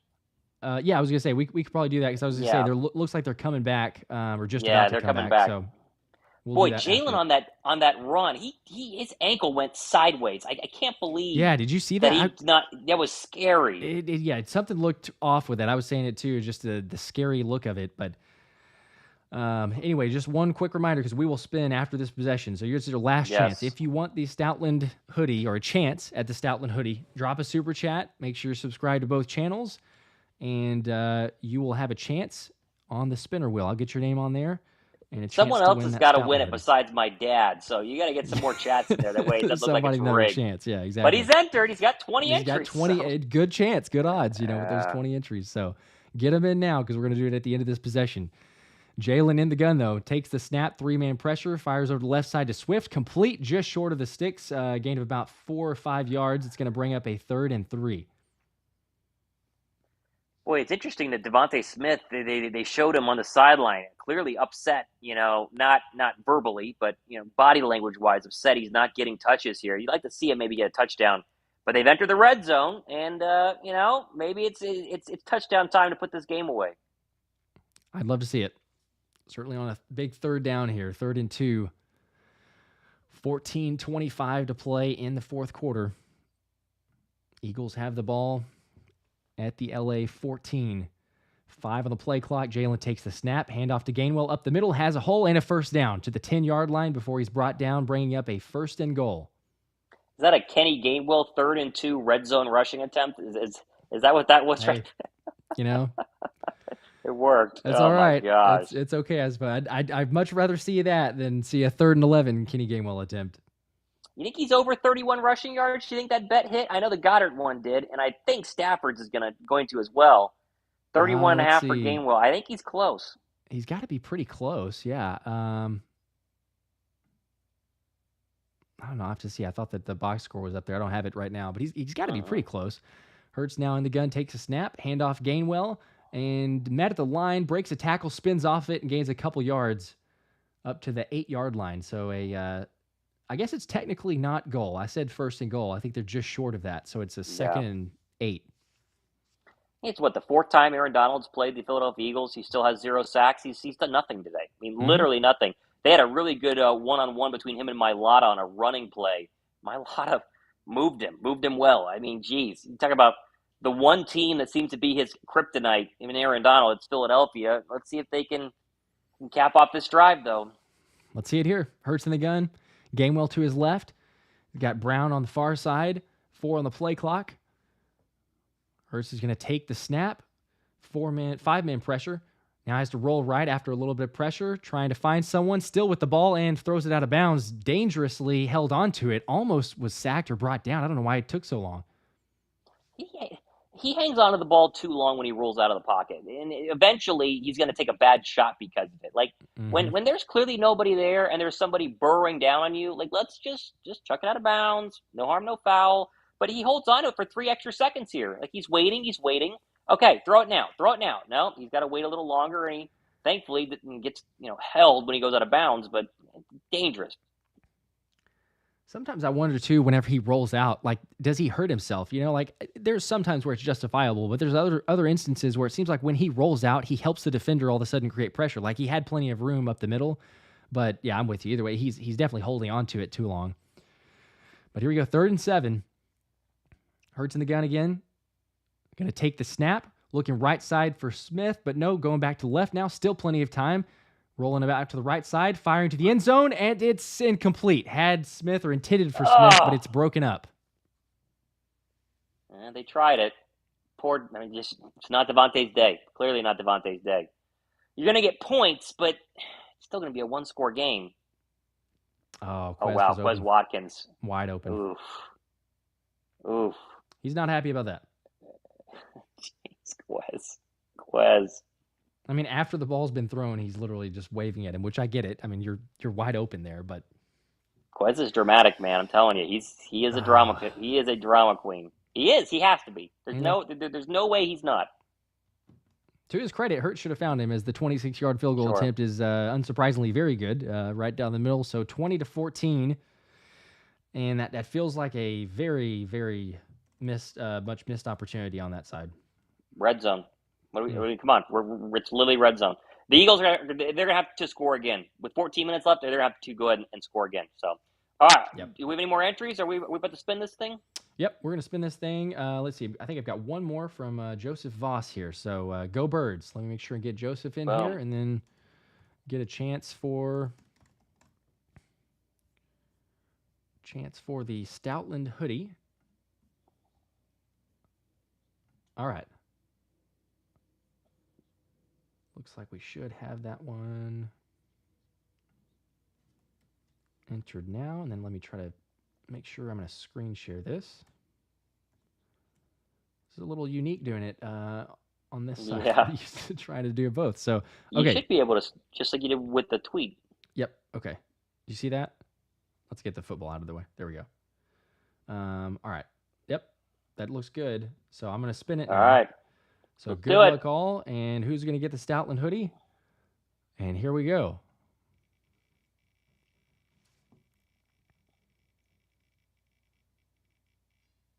It is. Oh, my gosh. Oh, who is my. it? I can't see. It is William Mott. Congratulations. No, it's not. It is No, William it's Mott. not. I mean, 20 entries was a pretty good chance there. What are the odds?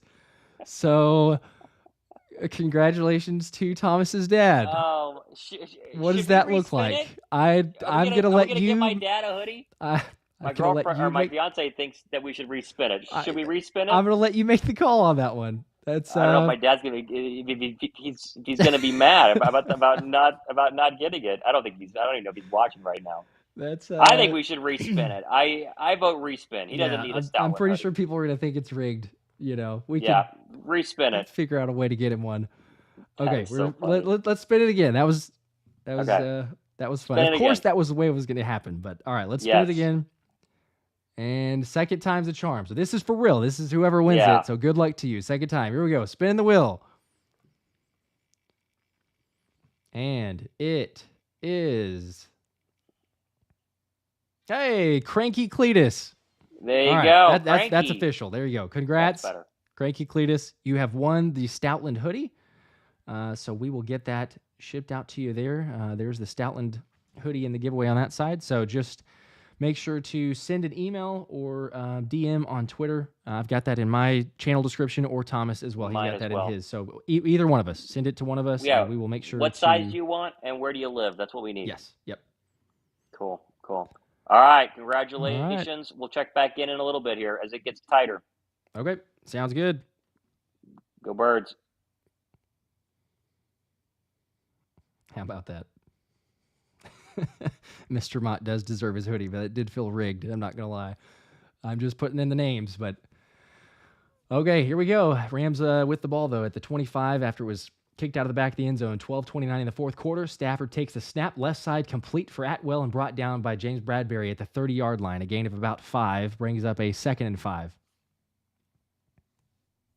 Oh, there you go. Yep, Craig Cletus. Woo. Congrats. Yeah, just send me an email. My email should be in the description. Or again, send one to Thomas. Whoever's you're watching on, doesn't matter. Send us the size that you want and then your contact info. We will make sure to get the Stoutland hoodie sent out to you. Brings up a 2nd and 4 now, actually. So Stafford in the gun has Williams to his left. Higbee in motion right, takes a snap, handoff Williams up the middle, and he's got a first down, it looks like, before being brought down by Jalen Carter. He actually might be short. He was leaning there. It was close, but they're going to mark him short. Okay, so short. It's a 3rd and inches here. Rams going no huddle, hurry up. Handoff here to Williams, and he stopped for a second, but pushes forward and has the first down. That looked like it was going to be stopped by Jordan Davis, but a second effort from Williams and a good push is able to get the first down. Man, they had him. Yeah, it looks like it was Jordan Davis and Nicholas Morrow, but he got a second effort there.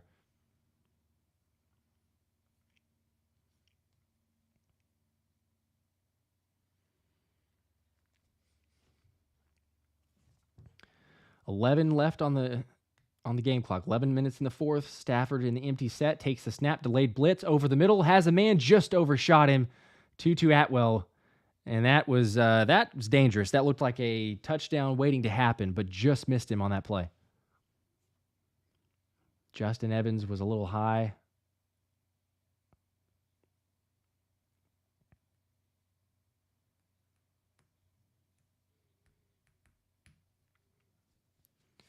Yeah, Stafford missed one there for sure.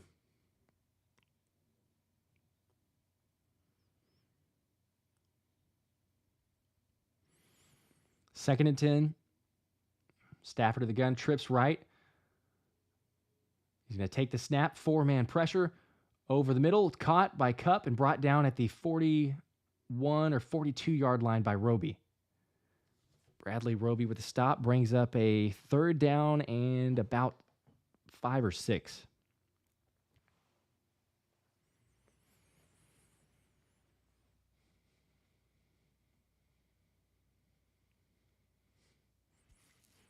As they can't seem to stop Cooper Kupp on that. Several different instances, although they slowed him down, certainly from the first half, but a big 3rd and 5 here. Stafford in the gun, Williams to his right, Cooper Kupp on the outside left, now in motion with Nacua on the left side. Takes the snap, looking deep left, a shot for Kupp. He's got him, but just overthrows it. He had him there, Roby in pretty good coverage until the very end. Kupp had separation, but Stafford just overthrew him, and it'll bring up a punt, fortunately.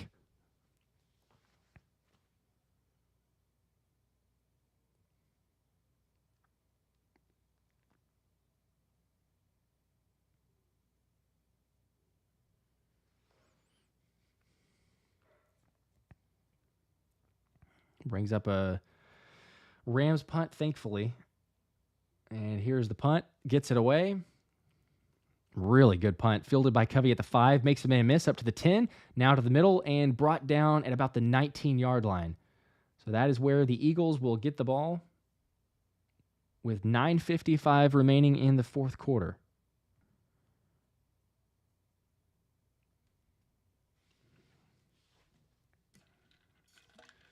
All right.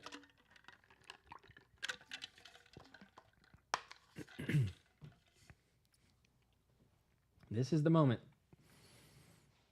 If you can march down the field here, especially if you can march down the field and, a touchdown really, but even if you march down the field and get a field goal, make it a 2-possession game. Can Jalen and the offense do that? Jalen's 261 in the air, 1 touchdown, 1 pick, 83.2 rating. I think we had the comment earlier from, can't remember who that was that made the comment, but really good at times, but then had some throws such as the underthrow to A.J. Brown that cost big on the interception. So let's do it here. Let's capitalize on the defense getting another stop.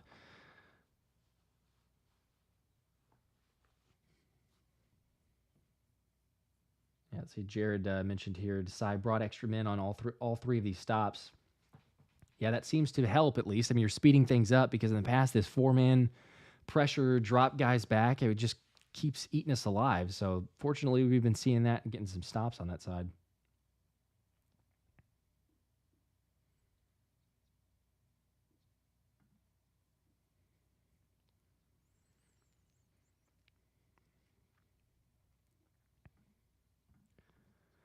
I feel like this is a situation here where, again, we talked about it earlier, but DeVonta Smith, 1 catch, 5 targets, A.J. Brown's had a big game. Dallas Goedert for sure. 7 catches, 111 yards, leading the Eagles in receiving with a touchdown too. But maybe you get DeVonta going, or perhaps it's been a decoy, but I feel like you might be able to get something, especially if the defense is keying off of Goddard and Brown having such big games now. You might be able to find something with DeVonta Smith.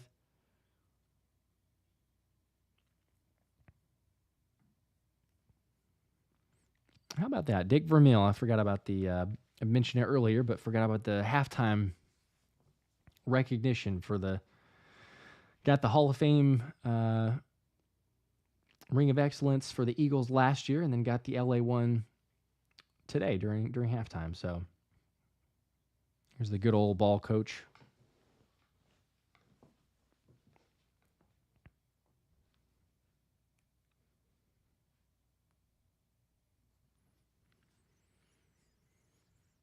Six-point game. What do you do here?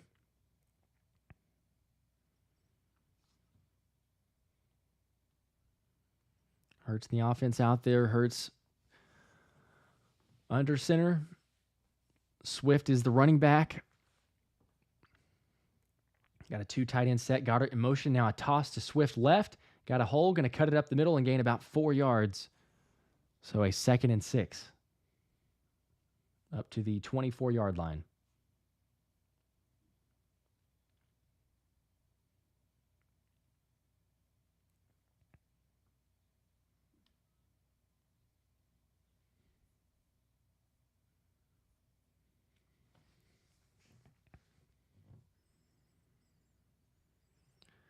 $9:24 on the game clock, 13 on the play clock. 2nd and 6. Hurts in pistol formation.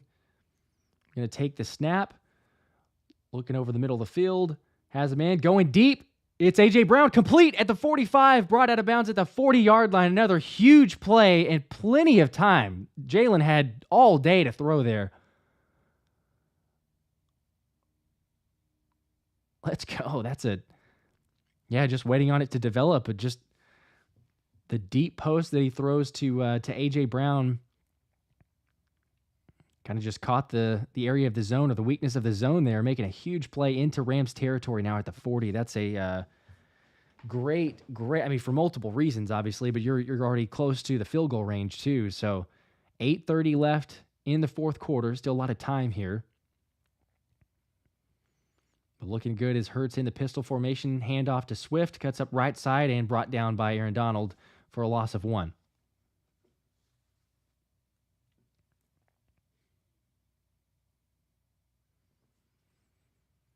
Yeah, that time, I haven't called Aaron Donald's name too much, but that was maybe one of those where Aaron Donald pretty easily got through on Opeta on that one. Opeta's did good, though, certainly from pass protection. We'll give him some credit there. He's had some help, no doubt, and Stoutland's game plan has worked well, but been very pleased with Opeta. All right, 2nd and 11. Hurts in the gun, takes the snap, pressure coming with the Rams. Over the middle, complete to Goddard for 5 yards and brought down almost immediately. It'll bring up a 3rd and about 5. May have gained 6 on that play.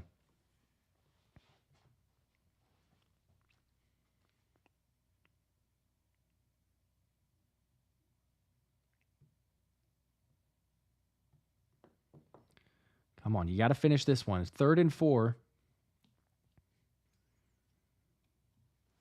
This possession this really needs to end in a touchdown here. I don't want to see this field goal attempt. 7:12 on the game clock, 5 on the play clock. Hurts in the gun, barking out orders to the line, and we're going to get a timeout. So 1 timeout remaining for Philly. As Sirianni is talking to Hurts, I don't know if there was just miscommunication, they didn't like the set, but now you're down to 1 timeout. I mean, this is really a crucial possession. This has got to happen on this play.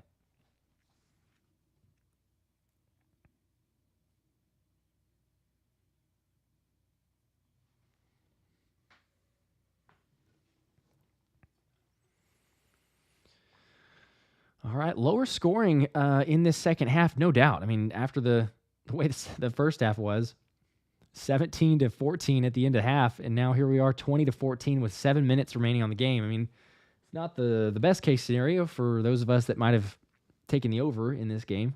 But Eagles have moved the ball. They show the stats. They're 204 yards this half compared to the Rams with 54. Just haven't been able to capitalize with the turnovers and then the lack of actually being able to get those turnovers. All right, back out for 3rd and 4. Ball at the 35-yard line. Smith on the near side right, Quez and A.J. Brown left side. Hurts takes the snap, handoff to Swift, pushes up the middle, breaks the tackle, has a hole and more to the 25 and 20, all the way up to the 18-yard line. First down. What a run, Agent Zero. That is the best run of the day from Agent Zero, and Lane Johnson with a little celebration after the fact, too. Had some really, really good blocking there, too. Yeah, they show Goddard with the pull. Great block, picking up the linebacker, and Swift able to stay on his feet. Let's go.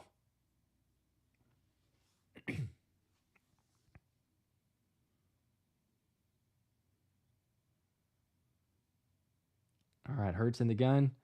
And, oh, you got to be kidding me. Really? We're going to have this again? Delay of game.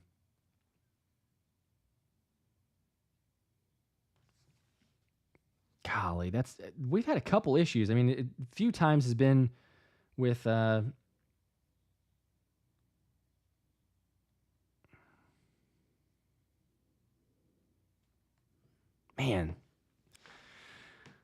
He had a few times there where the clock's running down, use some timeouts, and then there, you've only got one remaining, so you're probably not going to use it in that instance, but 1st and 15. Ball at the 23-yard line. Hurts takes the snap, handoff to Swift, cuts up to the inside, has a good block all the way to 15 and brought down. And there's a flag, though, so we might... Oh, it's good, though. It's a penalty on the Rams. Illegal hands to the face. All right. First down.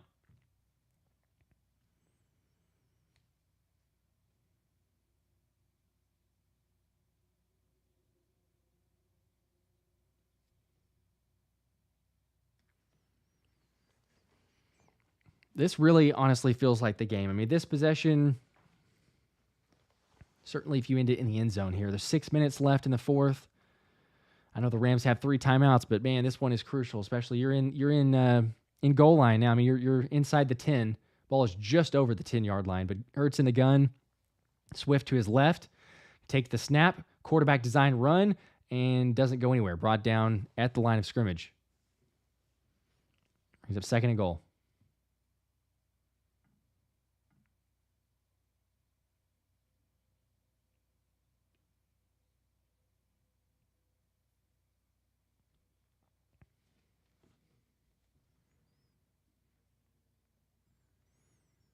All right, come on.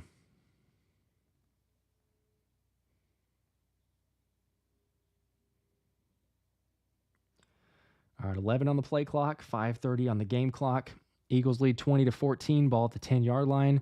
2nd and goal, Hurts takes the snap, handoff to Gainwell, tripped up at the middle, was able to stay on his feet for just a couple yards, and going to bring up a 3rd and goal from about the 8-yard line.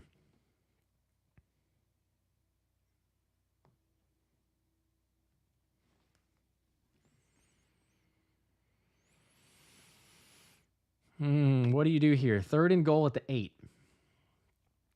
5 minutes left. I mean, you're guaranteed just about. I mean, you're guaranteed a field goal here if you don't do something stupid. And we're going to get another timeout. Okay, well, no more timeouts for Philly. 4:50 to go in the 4th quarter and no more timeouts.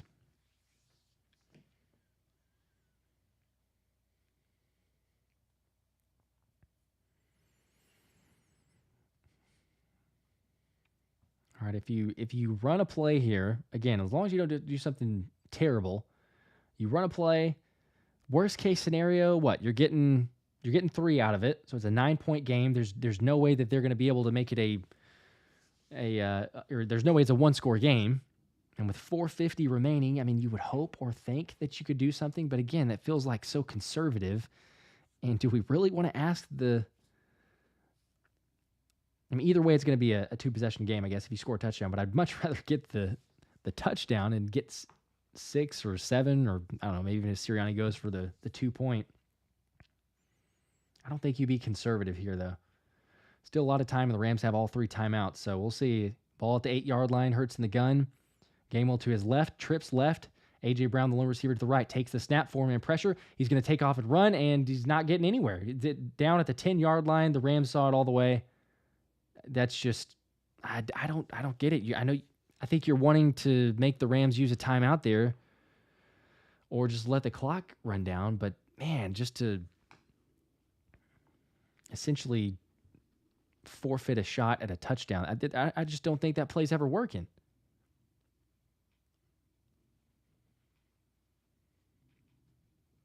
All right, well, Elliott can make this a 2-possession game. 26-yard field goal, gets the kick away, and it is good. 23-14, 4:06 remaining in the game. Rams with 3 timeouts and getting the ball when we come back from the commercial break. So, okay, I mean, at least it's a 2-possession game. There's some game management, I suppose. I would be curious of whose play call that was. I'd be curious if it was Brian Johnson or if Sirianni in this instance kind of inserted himself saying, yeah, let's make sure that we, run the ball, make sure the play clock or the game clock keeps going. I don't know.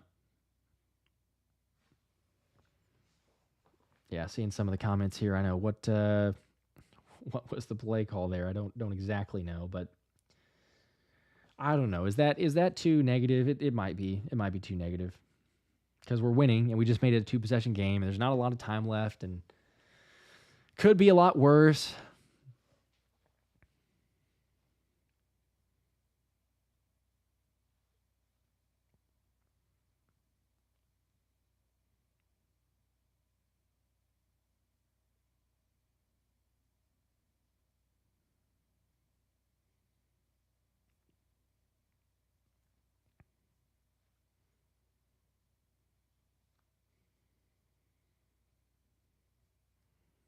Well, there we go. Justin got faith in the defense.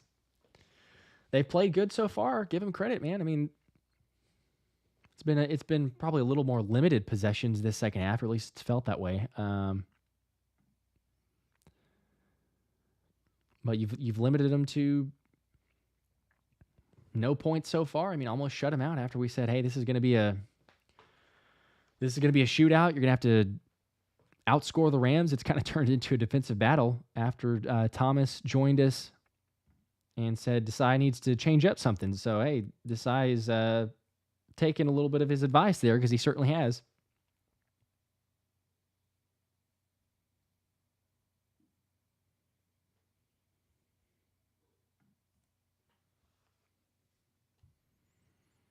I mean, I won't lie. I'm surprised by the score. I really did think it'd be like 30 to...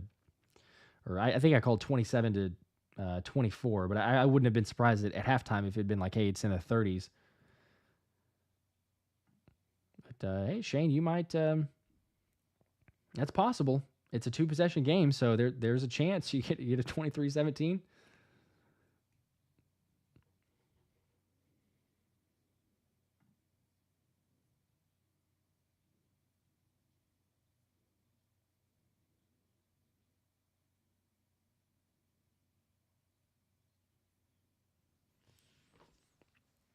All right, kickoff from Elliott, and it will go into the end zone. So 4:06.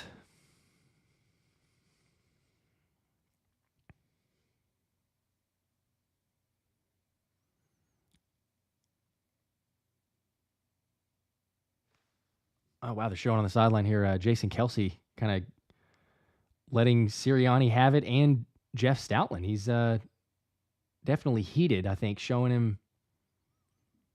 I don't know that he's necessarily frustrated at them, but he's frustrated at something within the either play calling or the sets. As Stafford drops back, pass for Atwell. Ooh, that dropped pass, very very open and would have been a game for about 15 or 20 over the middle.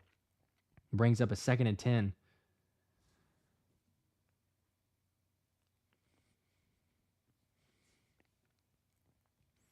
Stafford now on the gun, ball at the 25. Takes the snap, 4-man pressure. Looking over the middle. Again, Cooper Kupp, complete first down and more up to the 40, all the way to the 43-yard line before he's brought down. And Eli Ricks was the man in coverage on Cooper Kupp. They're going to take that all day, every day. They're going to take that matchup.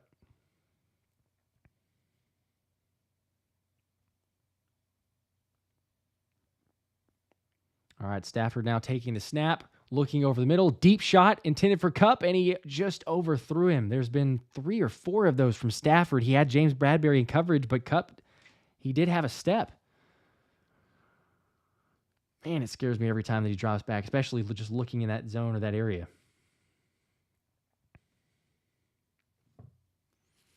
Not terrible coverage. I mean, Bradbury was there. He would have taken a really good throw, but still, his Kupp is coming off the field now, so not here on this play. 2nd and 10. Stafford takes the snap, pressure by Williams and Zach Cunningham. He's going to have to just throw it away. Incomplete. Delayed blitz from Cunningham, and Milton Williams got through almost immediately. Credit to big number 93 on that one. Brings up a 3rd and 10.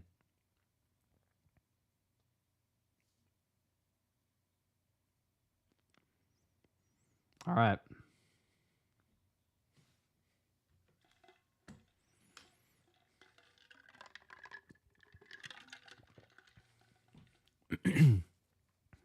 Third and 10. Come on. Stafford in the gun. Got Atwill in motion going to the far side. Cooper Kupp near side. Takes a snap. Pressure by Haason Reddick. Able to escape. And he's brought down. He got him. Haason Reddick with the sack. 4th down. There's your guy. Haason Reddick finally getting in on the action. Had the pressure around the left edge. Around the right tackle, I guess I should say. But able to get Stafford before. It looked like Stafford might try to run there, but pushed him up into the pocket and then able to bring him down. Let's go. Finally. Come on. You need one more.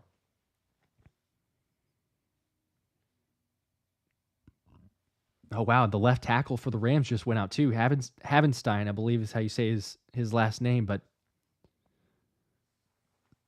or is that the right? Yeah, that's the right tackle. I'm getting turned around. I'm sorry. So maybe Reddick can do it again. Go 2 for 2 here. You got the backup in this situation. 2:58 on the game clock and ticking. Stafford in the gun has Williams to his right. Now Williams is moving to the right side, possibly to chip Reddick. He does, but Reddick gets past it. He's got a pressure, and he's sacked again. Haason Reddick, 2 for 2. You don't put the backup on Haason Reddick. Are you kidding me? Let's go. Let's go. The sack from Reddick. Big time. Turnover on downs. I mean, that is like, I don't want to jinx it or anything, but like that's just about ball game. Tried to chip with Williams, which did really nothing. Just hurt the right tackle. And Reddick is way too quick, as we all know. I mean, the speed to get around the end. Sack Stafford. Stafford couldn't even get away in time. He was right there on him. Let's go.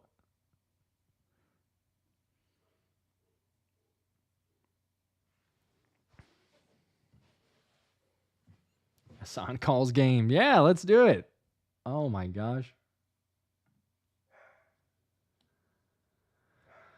Whew, man, I got a little amped for that one, but this one is looking a lot better after that stop, after those 2 sacks, and then, you know, again, maybe we need Thomas given more tips to Desai. Thomas will be here. Anybody who's joining or not sure where he is, he will be here. He is gutting it out through injury, but he'll be here for post-game reaction as Swift gets the handoff, cutting to the left side, a little space, stays in bounds before sliding down a gain of about 5 or 6. There is a flag on the play, though. But yeah, hey, Thomas said it. He was like, hey, where's Reddick at halftime? He said, where's Reddick? We haven't seen Reddick. And put a little pressure on Sean Desai. Said, hey, this has not been good. We need to see some adjustments. And what have you seen so far? You got a shutout going in the second half. And Haason Reddick now has 2 sacks. Just saying.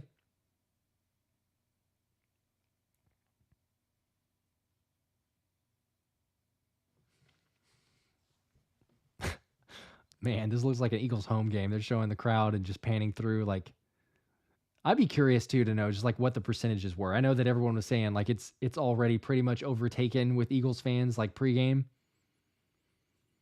I don't know what the percentage is exactly.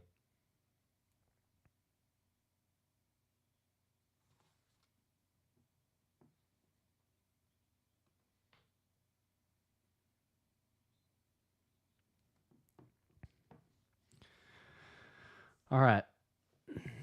Ball game's not officially over. 2:35 in the game. Hurts takes a snap. Swift gets the handoff again, cutting to the left side, trying to push through the middle, and he's able to gain about 3 or 4 yards. So it'll bring up a 3rd and 11 with the Rams using their second timeout. So this would be just about it.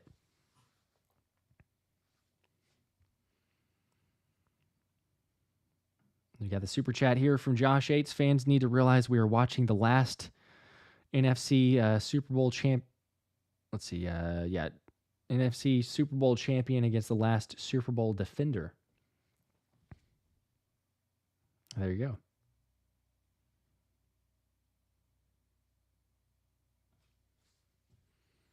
They looked pretty good. I mean, better than what I expected. Again, going back to the defense. Did anybody see a potential shutout going in the second half with the way the defense played in the first half?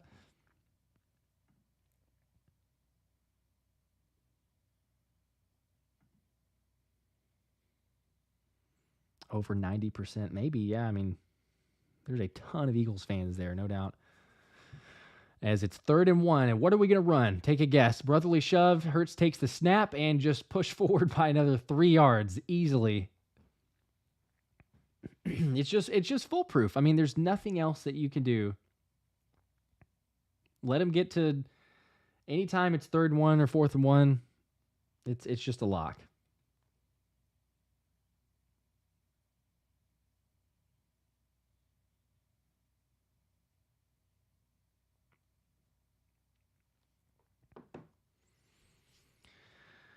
And it brings up the, or no, I should say not the 2-minute warning yet. The last timeout for LA being used. Man, how big is that?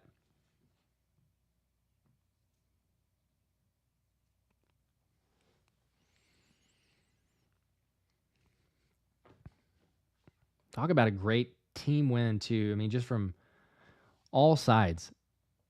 They've got the way the offense played and take it back to, I mean, even in the first half, really, if we're looking at this game, the way that Jalen and the offense were able to go all the way down the field, 32 seconds. That's it, 32 seconds to go all the way down the field, score a touchdown, go into the half up 17-14 instead of what probably should have been like 10-14. Huge momentum swing there. And then all credit to Sean Desai and the defense for some adjustments. Yeah, they've given up a couple big plays, but it's still a shutout.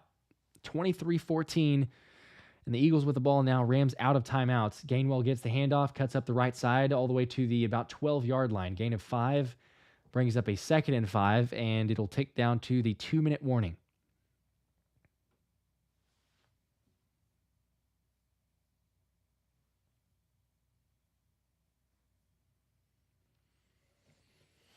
Who bet against the Eagles? Edmund Rockmore.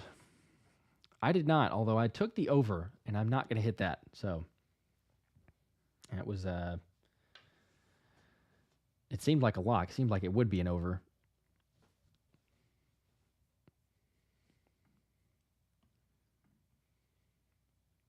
Four sacks on the day for the Eagles D. 2 from Jalen Carter and 2 from Haason Reddick, who ends up, after having basically nothing on the stat sheet, is going to have two sacks. He may have a chance to add to it, but 2 sacks, 3 quarterback hits. Definitely made his presence felt. If he hadn't in the game up to that point, he did on the last 2 drives, without a doubt.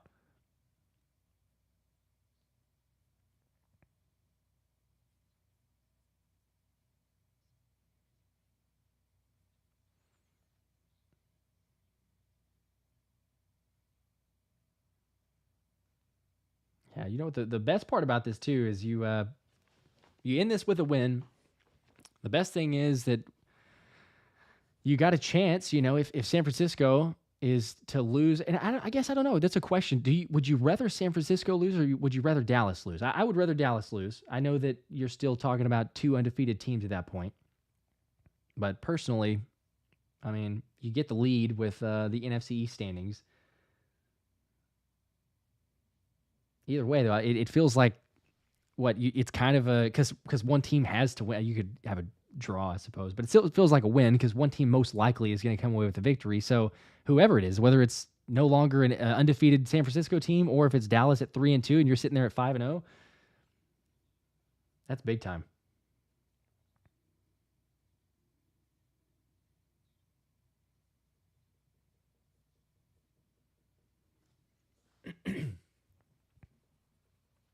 Yeah, I agree. Got some comments here. LOL, Dallas.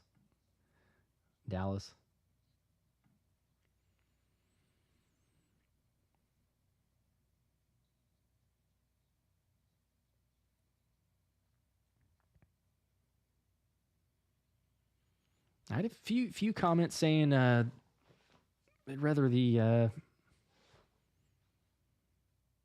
49ers take the loss, which, you know.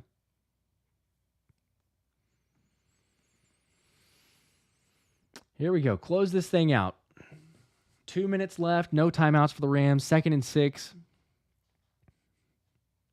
Ball at the 12. Jalen in the shotgun.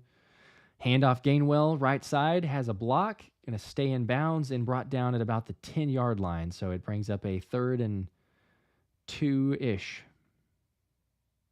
Oh, there's a flag, and we might get a hold.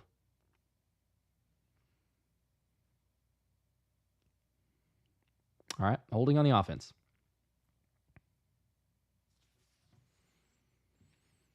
And looks like there's a Rams player. I think Bobby Brown is down on the ground. And doesn't look great. Hopefully it's not anything too serious, but never like to see that. They're going to take a commercial break, so I think it is pretty serious.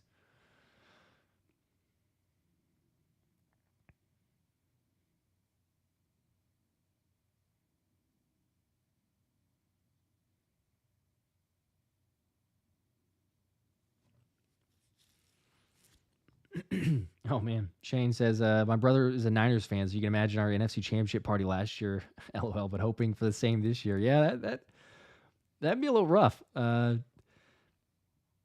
Seeing that. My twin brother is a Packers fan, so not near the same magnitude, obviously, but, when the Eagles played the Packers, it's always a fun instance. Plus, my wife is from Wisconsin, so she's a Packers fan. Her family are Packers fans, so yeah, you always have a little, difference in those games, a little rivalry, hard to be. And then a lot of my family, other part of the family is Cowboys fans, with me being in Dallas. So naturally, that game's almost just don't even watch it together because it doesn't really go over too well.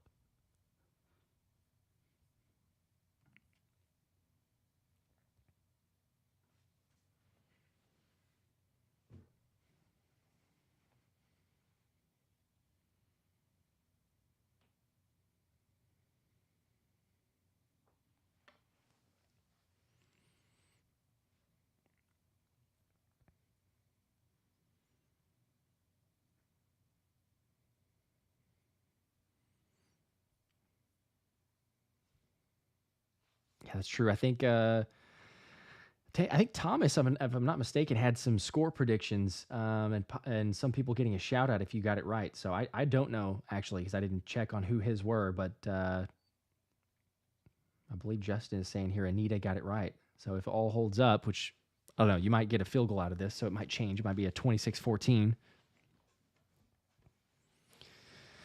I can. Catherine says, can you just update us on this game? Yes, sorry, we were in a commercial break, so we were covering some of the chats. But, yeah, we are Eagles up 23-14, 1 minute 50 to play in the fourth quarter. There's an injury. Bobby Brown for the Rams is being carted off, so hopefully nothing too major. But he is carted off, and prayers up for him. But the Eagles look like they'll win this. There's no timeouts. It'd be shocking. It'd be worse than a Miami loss yesterday against Georgia Tech. But Eagles with the ball at the LA 10. And the story, I think, has been offense carried the group in the first half, but then the defense complemented in the second half and shut out the Rams so far. Rams haven't scored in the second half. Limited plays. Haason Reddick showed up, 2 sacks. Jalen Carter has 2 sacks in this game. The linebackers have played well. Nicholas Morrow, even with his missed opportunities, it could have been much worse for LA, really. But 3rd and 2, and they're going to line up for the brotherly shove, going to try to get, I guess, close enough, maybe 2 consecutive plays. So they run it for about 1.5 yards. That looks like a terrible spot that they gave Jalen there. They gave him like 1 yard, maybe. But it's 1:30 and ticking. You're going to have it down to about 1:10. Again, with the Rams having no timeout. So even if you don't convert, I mean, the Rams will have, 10 seconds, 15 seconds, maybe.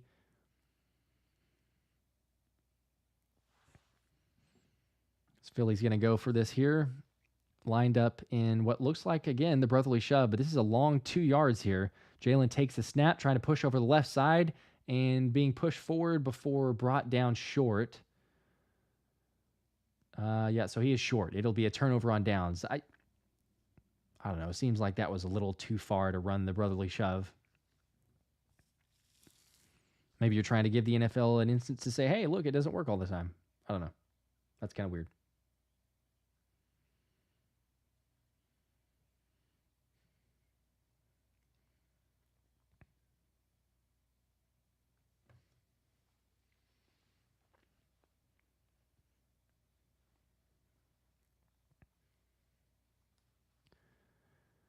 So the Rams will get the ball back, 1 minute left. And that's the thing of the turnover on downs, too. I mean, you have a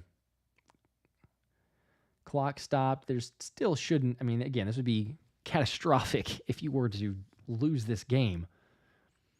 But it's not impossible, I guess. So 23-14 lead. Rams with the ball at the 8-yard line. No timeouts.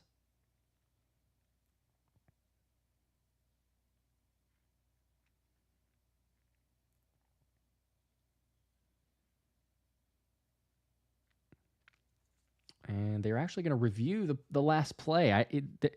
There's no way that Jalen got the first down. He had a second push and he reached for it, but there's no way that he got that first down. I think this feels like just like why in the world are we delaying this anymore?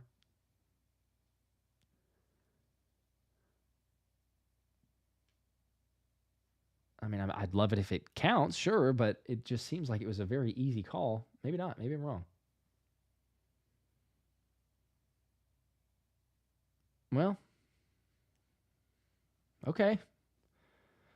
There's where does this forward progress stop on that play? I don't know. Second look, that's a lot closer than I thought. I thought it was actually going to be there. And Jalen, it looks like he might have gotten the first, but that's if they allow him to, because he kind of got stopped and then he reached and tried to get the first down. I don't think they'll give it to him. I really don't, but they're looking at it for a reason.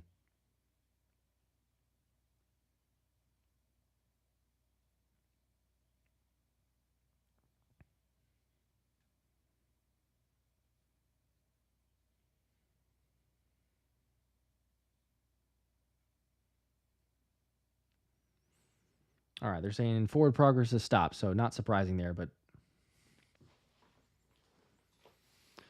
turnover on downs, and the Rams still with the ball.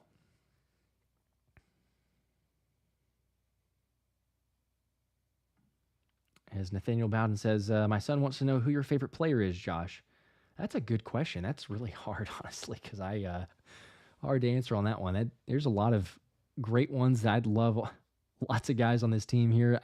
I probably would have to go with, and this is an easy one, maybe, a lot of people would say it, but Jason Kelce to me, but it's like, I don't know, he's been here for so long. I love Fletch. I love all the guys that have been here for a while, but Stafford's going to take a deep shot on first down, throws it out of bounds, incomplete, intended for Puka Nacua. So 56 left in the game clock, 2nd and 10 from the 8.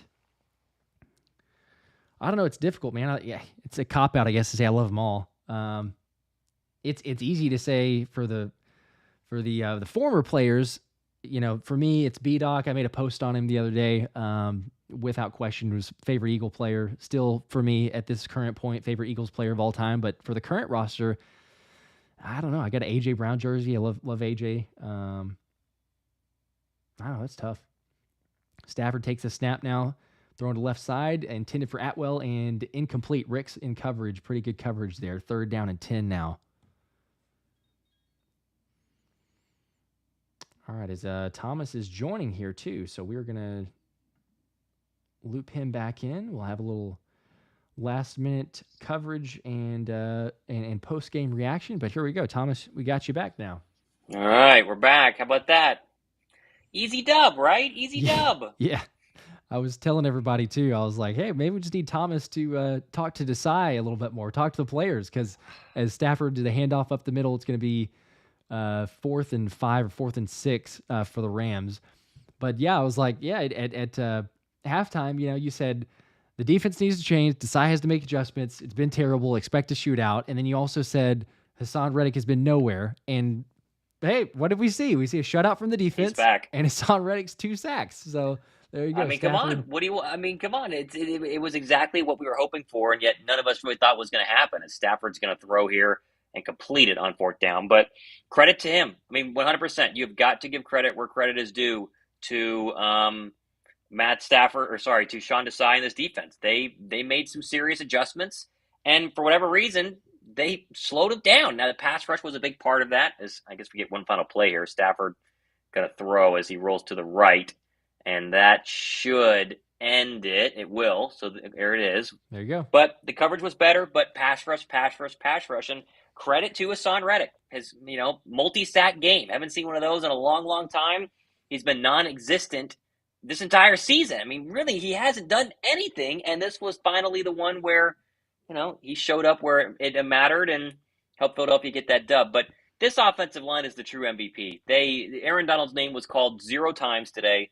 They got 1 sack, and it was a covered sack. I mean, this was truly a Stoutland University extremely impressive performance, and this is why Philadelphia is one of the scariest teams in the NFL, because you can't stop this offensive line. And you get to the 3rd and 4th quarter, you're tired, you're exhausted, and they're going to run all over you, and that's exactly what happened. This is a good football team. We were wondering early on in the season how good they were. Confirmed, it's a very good football team. Yes. Yep. We got those answers. And again, I mean, it's easy to overreact, I think. So a lot of times we see something or we don't see something, and you're like, oh my gosh, what are we doing? Now, granted, I will say, I think the immediate part of this that you look at is the defense and Sean Desai. And it has been a consistent theme of the middle of the field and taking advantage of the zone. However, yes, what we saw from the past defensive coordinator, who shall not be named, you might not have seen those adjustments in the second half. It would have been just continually death by 1,000 cuts, and we didn't see that. We saw a difference because you shut him out in the second half. So kudos to Desai. He did make some adjustments. I still don't think that there's a complete roster from what you're seeing. I'm not saying that the guys that are in there can't get the job done. I just feel like what we've seen, what we've talked about, who Howie is and what he's going to probably do towards the trade deadline as we get closer, it feels like you're going to get some extra added piece. Now, maybe you don't, but either way, you still have Bradley Roby in there who got in some action, played quite a bit, did fairly well whenever he was pressed in action. Yeah. So I feel like as time goes on, it's going to be, your more natural nickel corner because you saw what, Mario Goodrich could do or did not do.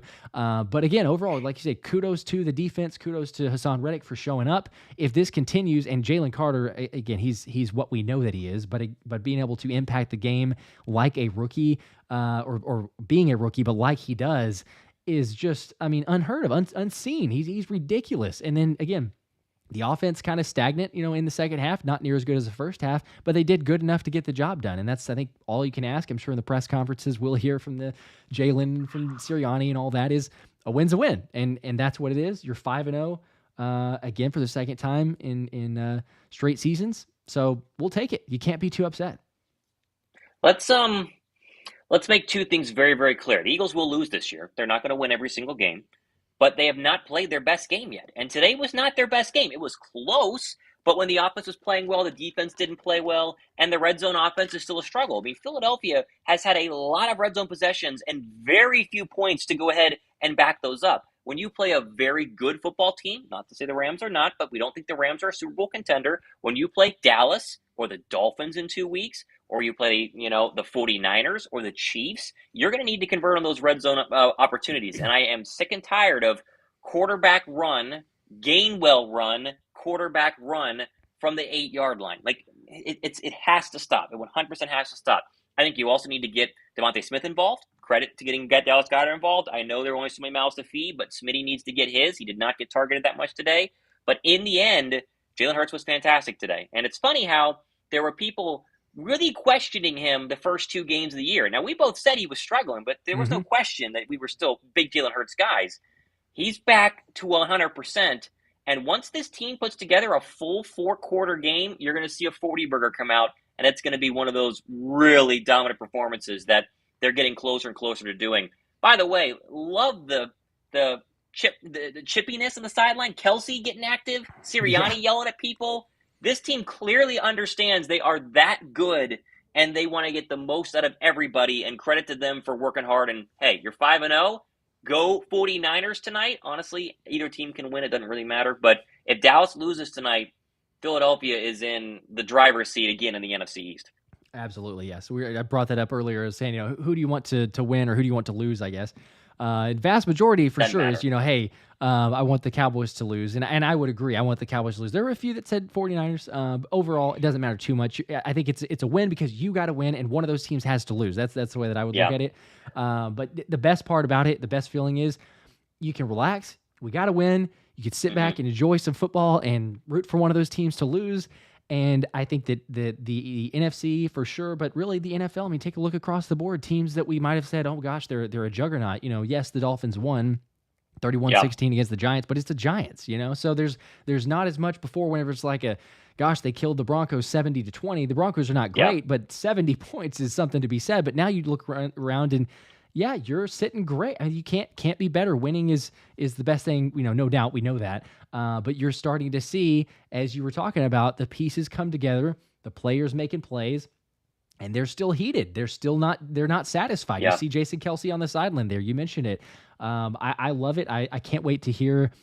Fortunately, Kelsey is very sharing on these things, so I feel like we'll get at least a little bit more of a glimpse into that situation than we might have with some other player. Maybe not. Maybe we won't. But I would just be curious to know exactly what that was about or parts of it. But regardless, again, this team, it just doesn't matter. They're not satisfied. They know the roadmap. We've been there trying to finish the job this time.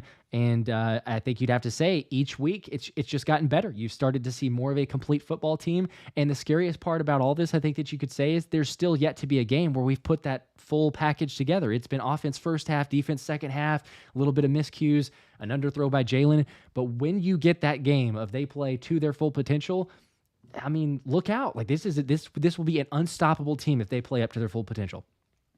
There's an argument that you'd want the Niners to win tonight the Cowboys to win tonight just because you get to play the Cowboys twice.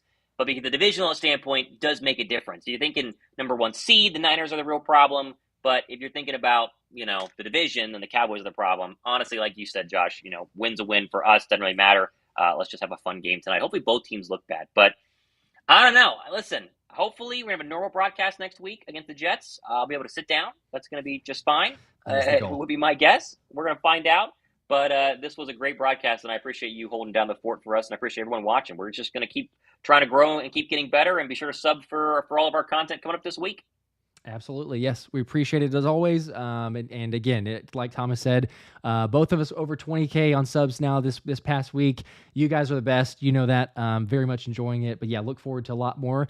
And kudos to Thomas because the driver's seat, as I just figured out, is not easy to do this game here. But appreciate the people that stuck with us, enjoyed the game here. Be on the lookout. We're going to have videos coming up, obviously, for the next several days and weeks and everything. But appreciate it always. And we will see you guys next time. Go Birds. Right on. Go Birds. 5-0, baby. See ya.